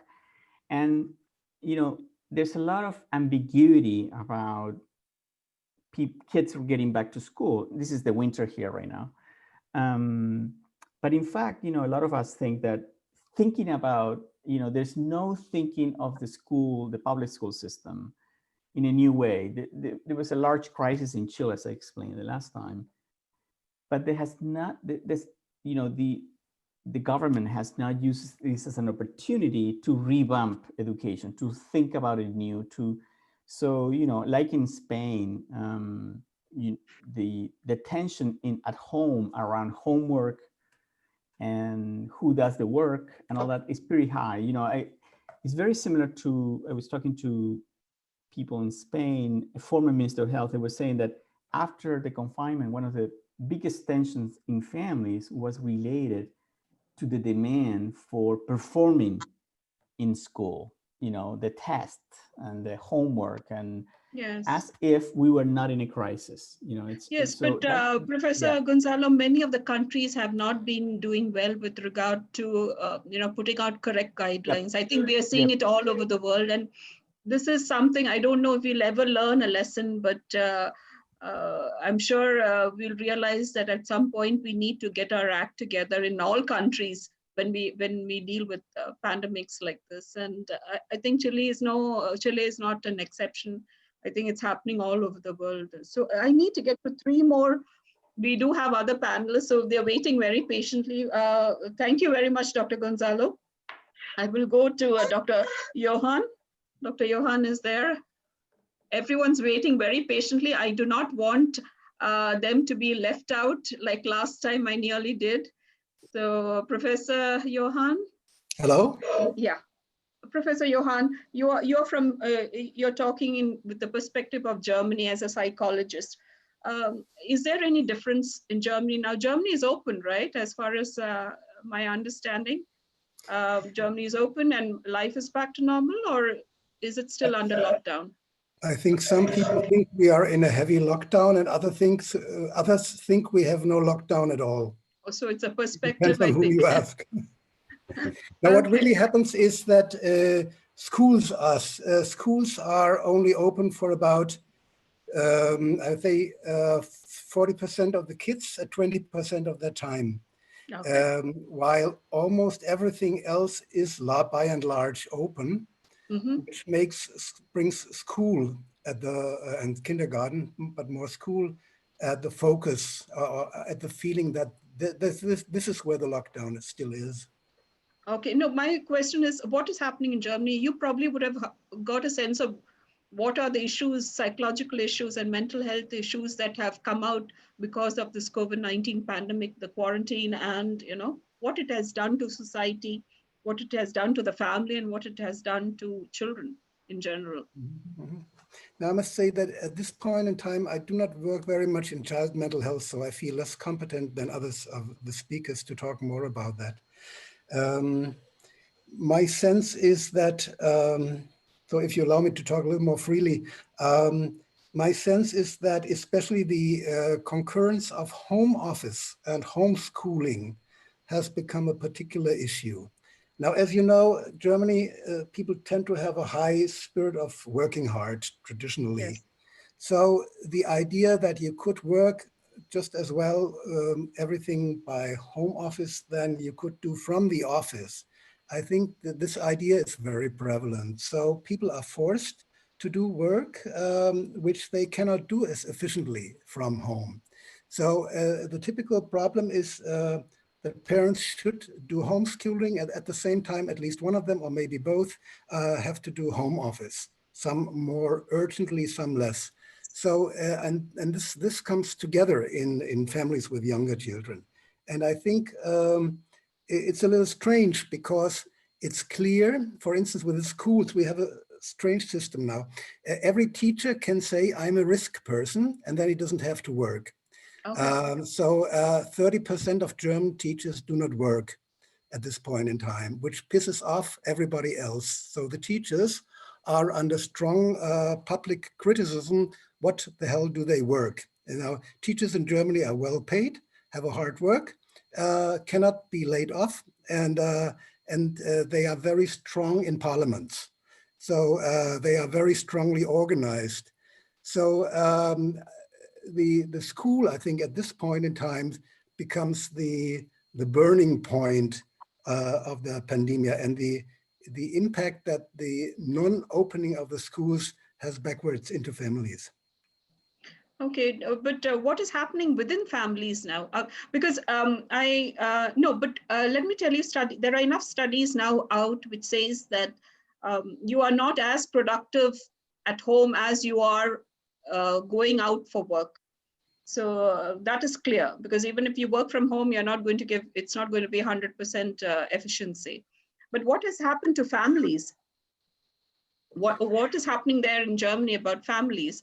And also, you have a lot of migrant population too. So there must be some variation between, in the migrant population.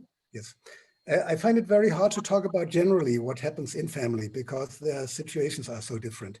Yes. I think the three populations are hit hardest right now. The one is parents with little children who have to do home office. Second is old people in residential cares, because there we have a very strict lockdown. Okay. For a long time, for 2 months only, they could not be visited at all. Okay. And I have a close friend who is terminally ill in a resident. I couldn't see him for 2 months. Now, when I've met him again, he couldn't speak anymore. I mean, maybe he wouldn't speak anyway anymore, but it was a very traumatic change. So old people in the residential homes, they are at great risk because they cannot, or they could not for a long time speak with their children, with their partners and so on. Second population are foreign workers who are working under miserable conditions. Especially we have great scandals right now in the meat industry. German meat industry is big factories where a huge amount of pigs are yeah, you mentioned this in your previous, yes, in the last session, yes. Yes, so Romanian and other Polish workers and so on, they live together very close. Yes. So No, that, but yes. what are the issues that you're seeing? I mean, what is the main issues that you're seeing in the community? I think very different issues depending on what subgroup of the population you talk about. No, in the migrant population, what are you seeing in the migrant population? We don't know because they live so isolated. They live in their own habitation. Well, yeah. Nobody knows them even. Yeah, probably they're a little bit more isolated, correct. But what about the general German population? What is the issue that you're seeing in families? I see in many families right now coming back life to normal, largely normal again, especially in the in the 3-generation relationships. Grandparents used to stay away from their grandchildren, but do not anymore. So okay. I think so repairing of relationships. Repairing of relationships. There was a strong longing between grandparents and their offspring for maybe 2 or 3 months, but I think this is largely over now. Okay, so what is the therapy? What are you offering? What are you telling couples and families to do? What is your advice in terms of therapy? I have no single advice. I would ask them what they are suffering from, what they are doing anyway, and then offer the treatment. Come up with some more ideas. Some therapy. Thank you, Professor. I know that's a very big question because you have to. I'm sure this was not a satisfying answer. No. I'm sure you have to tailor the therapy according to the problem. We cannot generalize and say what is. But I just want to know if there was any particular area of interest of yours that you focus on. Yeah. So thank you, Professor. I will go to now Dr. Saliha. Dinah, I will bring you in. Don't worry, Dinah. You can after Dr. Saliha, I will bring you in. Dr. Saliha, can you unmute yourself? No, you can. Dr. Derek, can you help? Dr. Now I could. Yeah. I tried a couple of times. Yeah, now it's good. Yeah. So, Dr. Saliha, I want to bring you back to the issues of race, ethnicity, and the work that you're doing. And I also want you to tell us, is there any way, what are the therapeutic options in the sense, is there something new that you're offering, or is it, so that we can all learn from this? And Dr. Saliha is from UK. No. I'm sorry, I'm actually from India. USA. I'm from India, and I live right now in New York City. US. I still travel with my Indian passport, so I see very much as a No, citizen I saw the world. for me, the background fits very much like UK. That's why I said UK. I'm so sorry, Gotcha. it's US. No, it's fine. Okay. We're all transported to different worlds as we sit in these boxes. So that's my first thing. Let's get out of our boxes. Yeah. So speaking of boxes, I think it's hard not to make meaning without creating labels. And when we create labels, we box people in, we box our experiences in. So, and yet we need to create meaning, as Amrita was saying earlier. So that's what I want to speak to when you talk about it. I'm going to talk about the macro and the micro.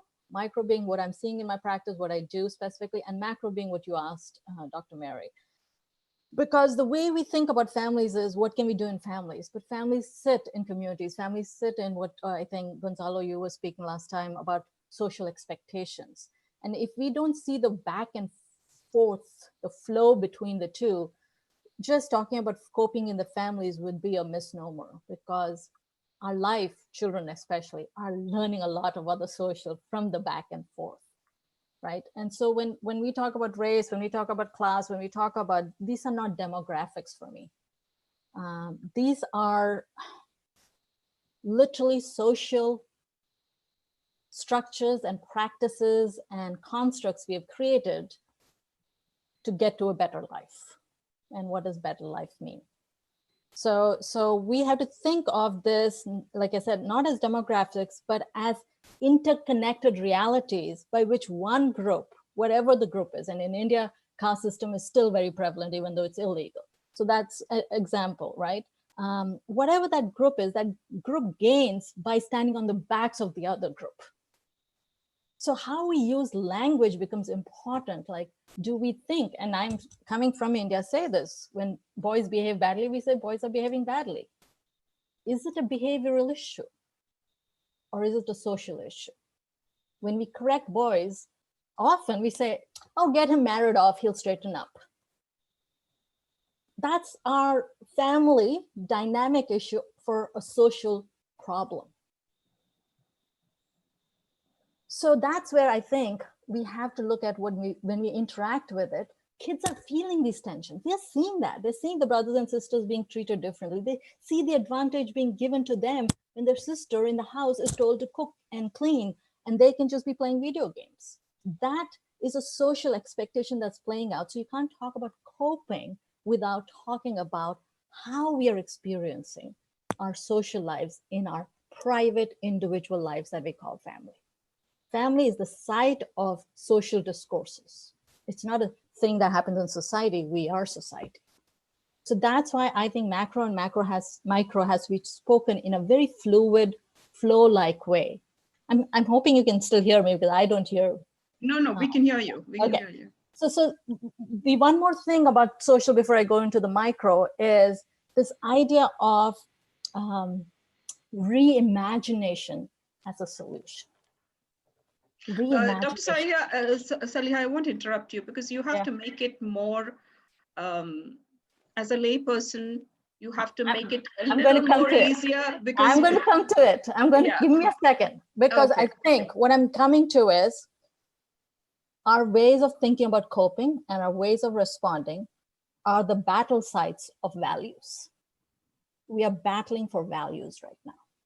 So when Amrita talked about grieving and giving a large scope for grieving, how we value what is okay to grieve, whether we get time off from work for 2 days or take your time, and how the work sees us as grieving, and the complexity of grief of what we have lost, not just family members, but also the dreams for our children. These are all ways by which families are battling. So this notion of stress, what is stress? If we think about stress as just literally the stress of lockdown, and we're not talking about the stress that comes from society that's put on it, that creates the pressure that we put on the pressure cooker for all the people who use the pressure pan to cook. We have to recognize the pressure is not only internal from the coping between the family members, but also from the external. And so we have to look at what policies are there in place. And that's a very real solution. What policies is putting more pressure on the families? What kinds of institutional pressures can families push back against school systems? We can be in our individual boxes, but we can organize and say to a school system, hey, this is too much what you're asking of us. We need to redesign, we need to reimagine. So that reimagination as a solution is a very real thing, because it's a site of purpose that Amrita was talking about. It's a site of reorganizing our family lives. And that's one solution. We don't think about it as a solution. Dr. Saliha, are you talking about therapy, or are you talking, because I want you to put it in the context of this pandemic. I am talking about pandemic. I'm talking about when stress happens, people feel they don't have options. And we think, if we think stress is psychological, that what can I do here? And what I'm talking about is activism, action, creating movement. We know movement mediates trauma. Movement is not just physical. Movement is literally the feeling of moving through life. I'm talking about our frameworks, our mental models. I'm talking about all of them as being sites of intervention and solution. That was the question last time. What are our solutions? So we often think solution is something like, let me do yoga, let me talk to my children. Yes, talking to your children is very important. So let me come down to the more family level, what I'm thinking about and what I'm doing and what we are talking about is the art and the activity of communication. It's something that existed before COVID. COVID is again knocking, and I think I don't see where Mehmed, there you are. Mehmed's research speaks to it very classically. Thank you, Mehmed, for setting the stage with it. It's what he spoke to is not really only about COVID at one level, even though it's about COVID, but like COVID is doing to everything else about race, relationships, economics, etc. It's making very visible that we have not taught our families through our educational system on how to communicate with each other.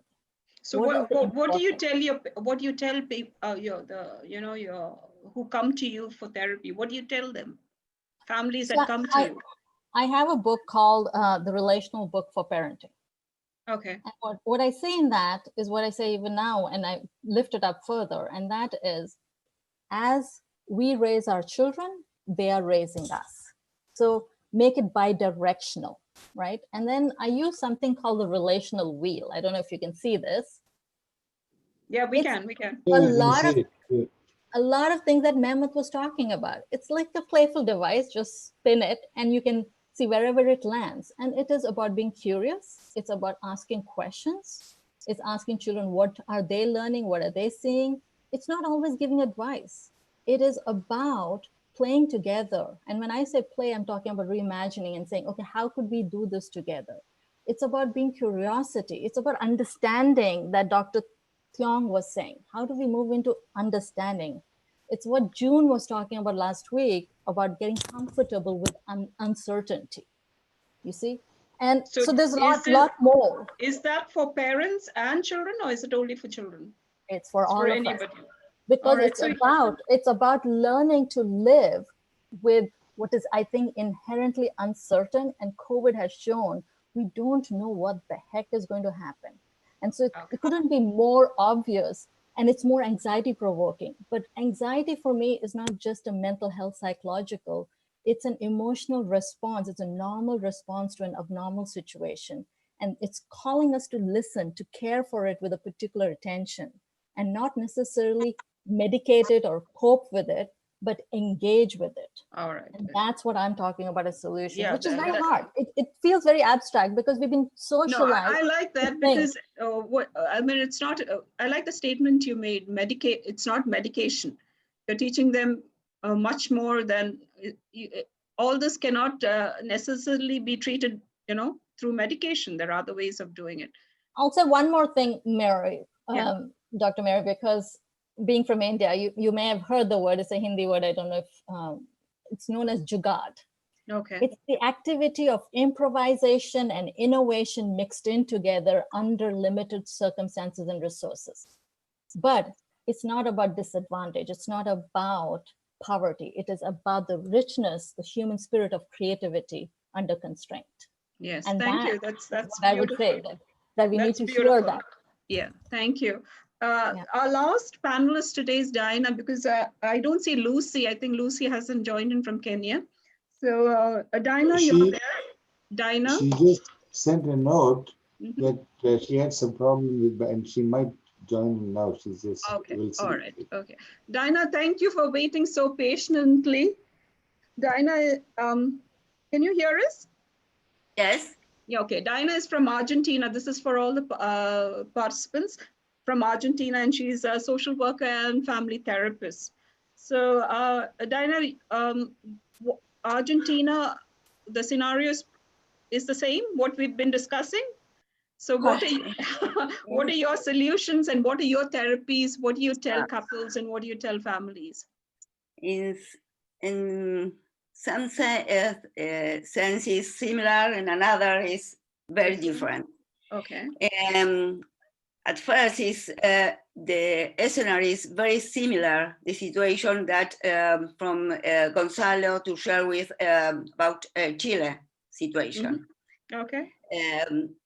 Argentina is a very large country, mm-hmm. so we have very different situations, social, economical, and so on. Okay. So the effects, the consequence, the aftermath will be very different in each families, in each provinces. In Buenos Aires concentrated a very big number of people, and is all of the different things that Cheryl and I heard today is similar about the domestic violence is increasing, the situations from the homework and learning in small spaces is very similar in order the effects to the consequence. But what is my thinking about what is the possibility to how can I promote to help families, adolescents, couples.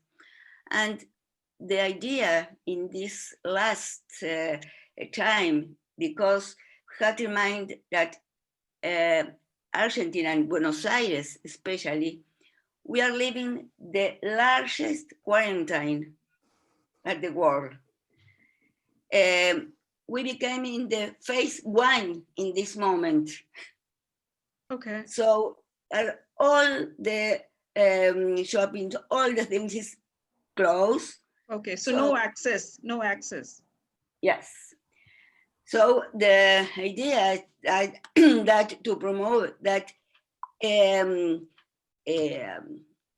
salad is not option for the people in general, but I try to suggest, to promote that people can think about projects, about imagine the future. Okay. And take in mind that this is a transitional. It's a temporary and to think of future. Correct. Oh, so beautiful. Yes. Okay. Yes. All right. But I think that to able to imagine the future, because having goals is a greater capacity to transcend the worst sufferings. Crisis, yes. Okay, so you are probably teaching them hoping for a future, and that this is a transitional period that they're going through. Yes. All right. Yes. So thank you, Daira. That's also a very good thought. Now, we do have a guest from Pakistan. I think I'll ask Dr. Russell to introduce our guest. He's a special speaker who Dr. Russell wanted to introduce him and get him to talk about the views in Pakistan. Professor Ashraf is there, yeah. Yeah, Dr. Professor Ashraf. Ashraf. Yes. Professor Ashraf is the president of the Pakistan Medical Association. But importantly, we have we have part of the World Medical Association. You have the Confederation of Medical Associations of Asia and Oceania, which is Australia, New Zealand, and he represents that CIMAWO, the Confederation, and he wanted to bring in about Pakistan for a few minutes. Is that right, Dr. Ashraf? Professor Ashraf? Yeah, I listen. If you can listen, yeah. If you can hear me, go ahead. Oh, yeah, thank you very much. Thank you very much, Professor Russell, giving me this opportunity to speak about the perspective of Pakistan, that what it all is happening. Certainly, Pakistan is not that much different from the third world or the subcontinent, India, Bangladesh, Sri Lanka, and so on.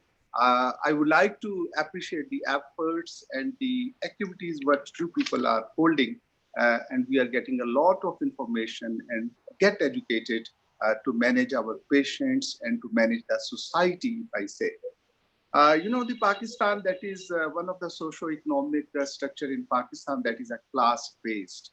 And as we know that these are the upper, middle, lower middle, and certainly the ignored or the ignorant, underprivileged class. And we, unfortunately, we have about 25 to 30% below poverty line, which people are living in Pakistan.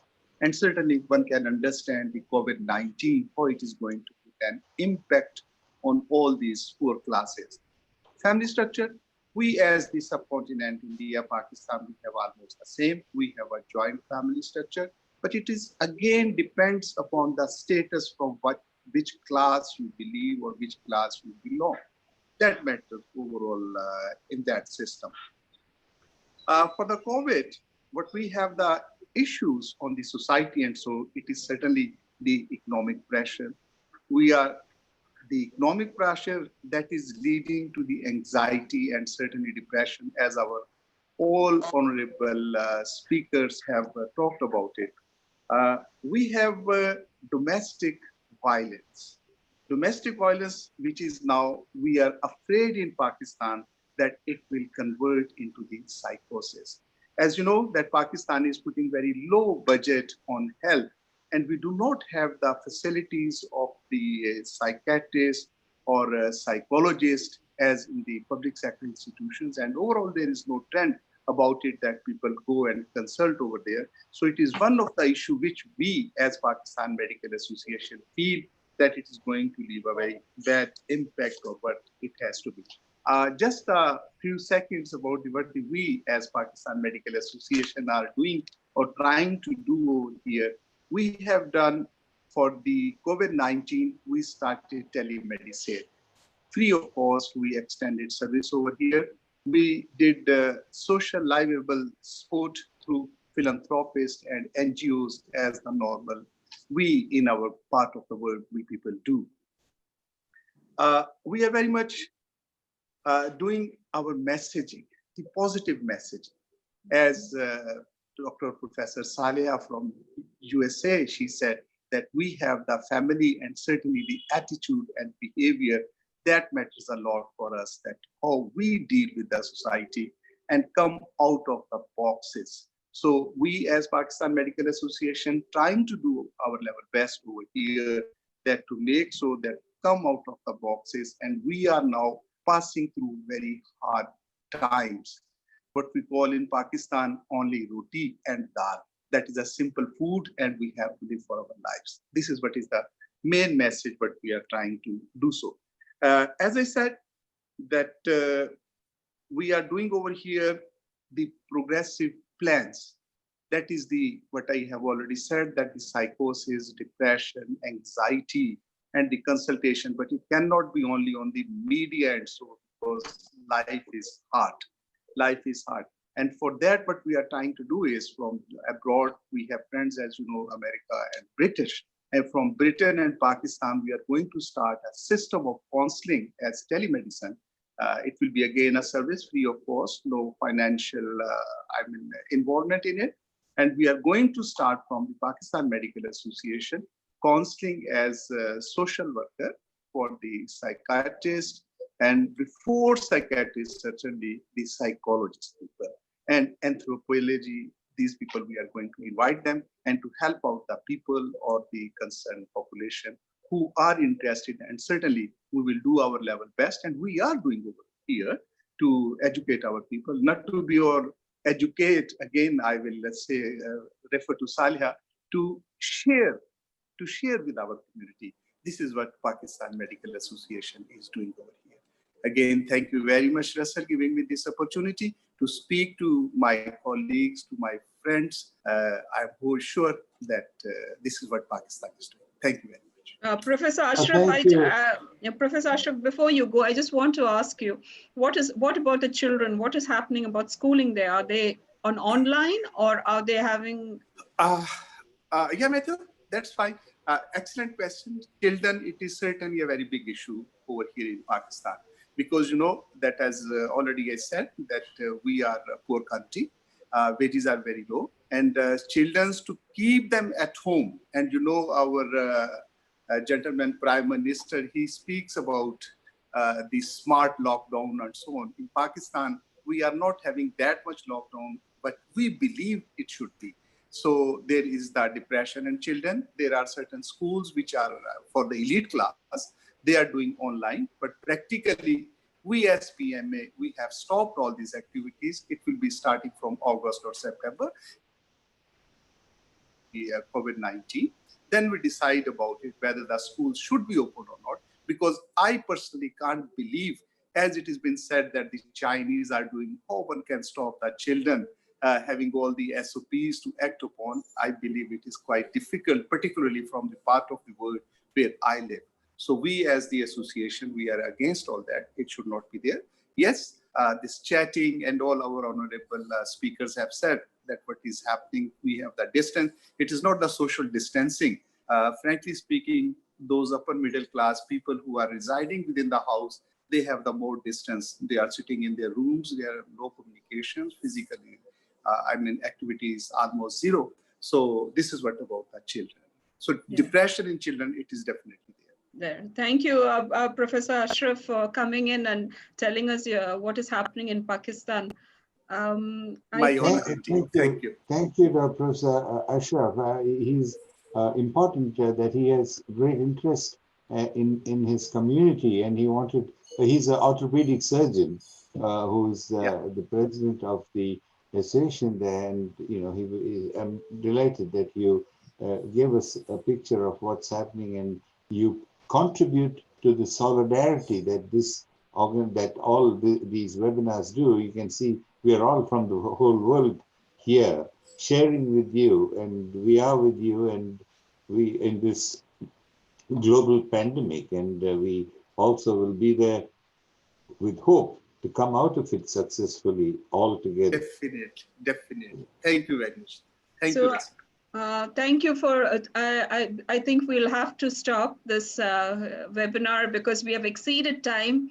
I know we can sit whole day and talk about all the issues in our country. That's a never-ending, story. But I hope we have learned something, and by sharing these our problems, I think we feel that we're not alone. And I thank all the panelists for their views and their ideas, especially putting it on the chat box and exchanging ideas so that everyone can learn from this and move forward. Because like Dinah said, we need to look for hope. We have to look for a future with hope and give hope to everyone. So with that, I thank all the panelists. I thank all the participants. I know Dr. Peter has asked me to ask a lot of questions regarding therapy to all of you, but I think at this point it may be a little bit difficult because I don't think we should extend the session. But I thank all of you for your contribution from different parts of the world. I thank the participants for putting all their questions and the panelists for responding to their questions. So thank you all, and I will hand it over back to Dr. Russell. Thank you, Dr. Mary. Thank you for excellent moderation and all these distinguished panelists. I wanted, when I started, I wanted to acknowledge our committee who's put a lot of work here. I have with us Dr. Professor Baroness Ilora Finlay, who is part of our program, but also committee, but also the UNESCO program. I don't know, Ilora, if you're there, can you please open up so we can all see you?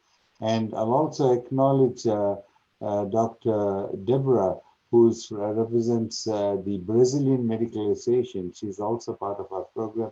Deborah, you want to put your hand up, Deborah, so people could see you. Dr. Deborah? Right. That's Dr. I can see you, Dr. Deborah. She's there on the screen, but she's muted. She's muted. Oh. Yeah. Okay, there you go. That's Dr. Deborah.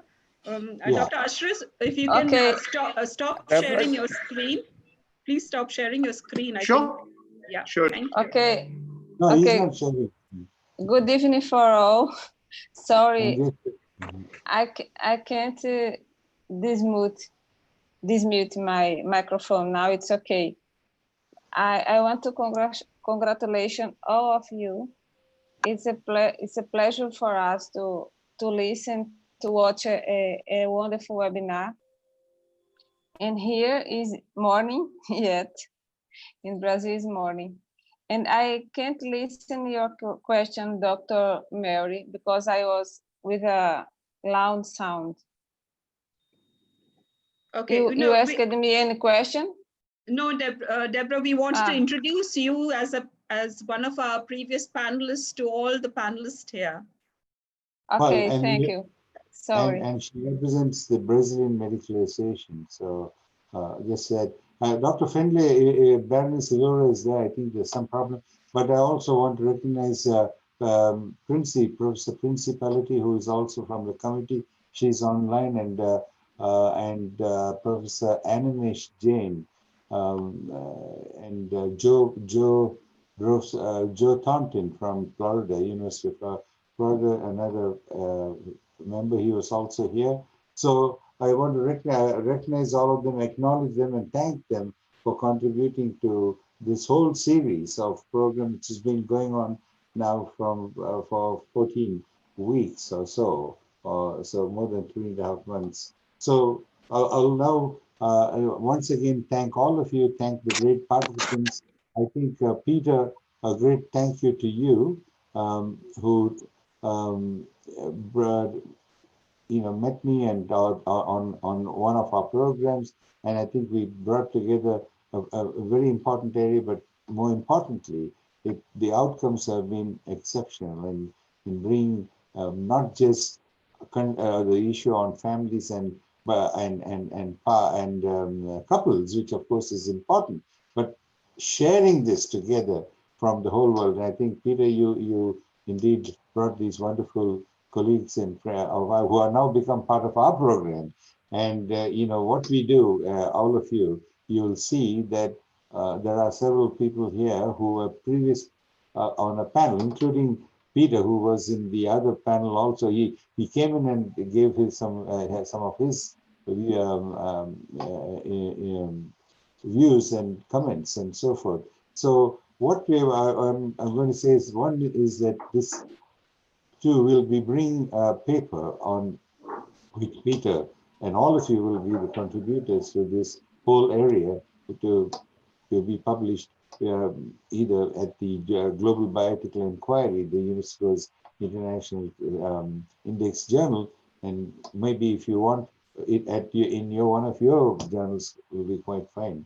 But I think it's a great opportunity. We put a lot of our thoughts together, and I want to invite all. There was Lucy from Kenya who was there last week. She sent a message in that her internet in that part of the world was not stable, and she just was only just now got connection or so. Is that right, Derek? She sent that message to us. Yes, so, yes, she sent a message. She was trying, but unfortunately couldn't connect. So all of them, all have been here. This has been a two sessions. So we've spent a lot of time. We got to know each other, but more importantly, we had a very important, outstanding outcome that I think not only us but many participants who were there on both days would have been able to take back with them. So with that, I know that for all of us, for me, it's a night in Australia. For you, it's starting your day in USA, Mexico, and Chile, and so forth. And of course, in UK and Europe, we we know you already half your day is over, and India, you're almost coming to meet to night like me. So thank you once again, and we'll all be in touch. We'll certainly look forward to collaborating again, and we will look at having a review of all this in the end. Looking at what have we learned from all this, what are the reflections of all these our experiences with COVID, with the understanding of how the global pandemic, what type of impact did it have, what changes that we've seen, and what will be, I just spoke about what would be the post-COVID, what do we see? And certainly I have put what we would like to see maybe from the post-COVID, leaving a legacy of positive legacy of a post-COVID bioethics that will look at areas that we found great dilemmas in dealing with this pandemic. And our whole program, the 14 sessions, will give us, we got reflections on what type of dilemmas because this is a once in a lifetime that the world comes together with this pandemic. So we're looking at what do we learn and how will the future be? And I think we should end with that positive, with hope that Diana spoke about, that all this will end up, we should end with a legacy of something positive for the future, that all of us came together and all of us, what did we find that should be changed, both from not only from therapeutic, but also from the moral, ethical domain, and that's what I'm very keen to bring forth, and hopefully Peter and all of you will bring this into the paper, something that we can look for in the future, and leave a legacy of the pandemic that could be the opportunity for something positive in the future.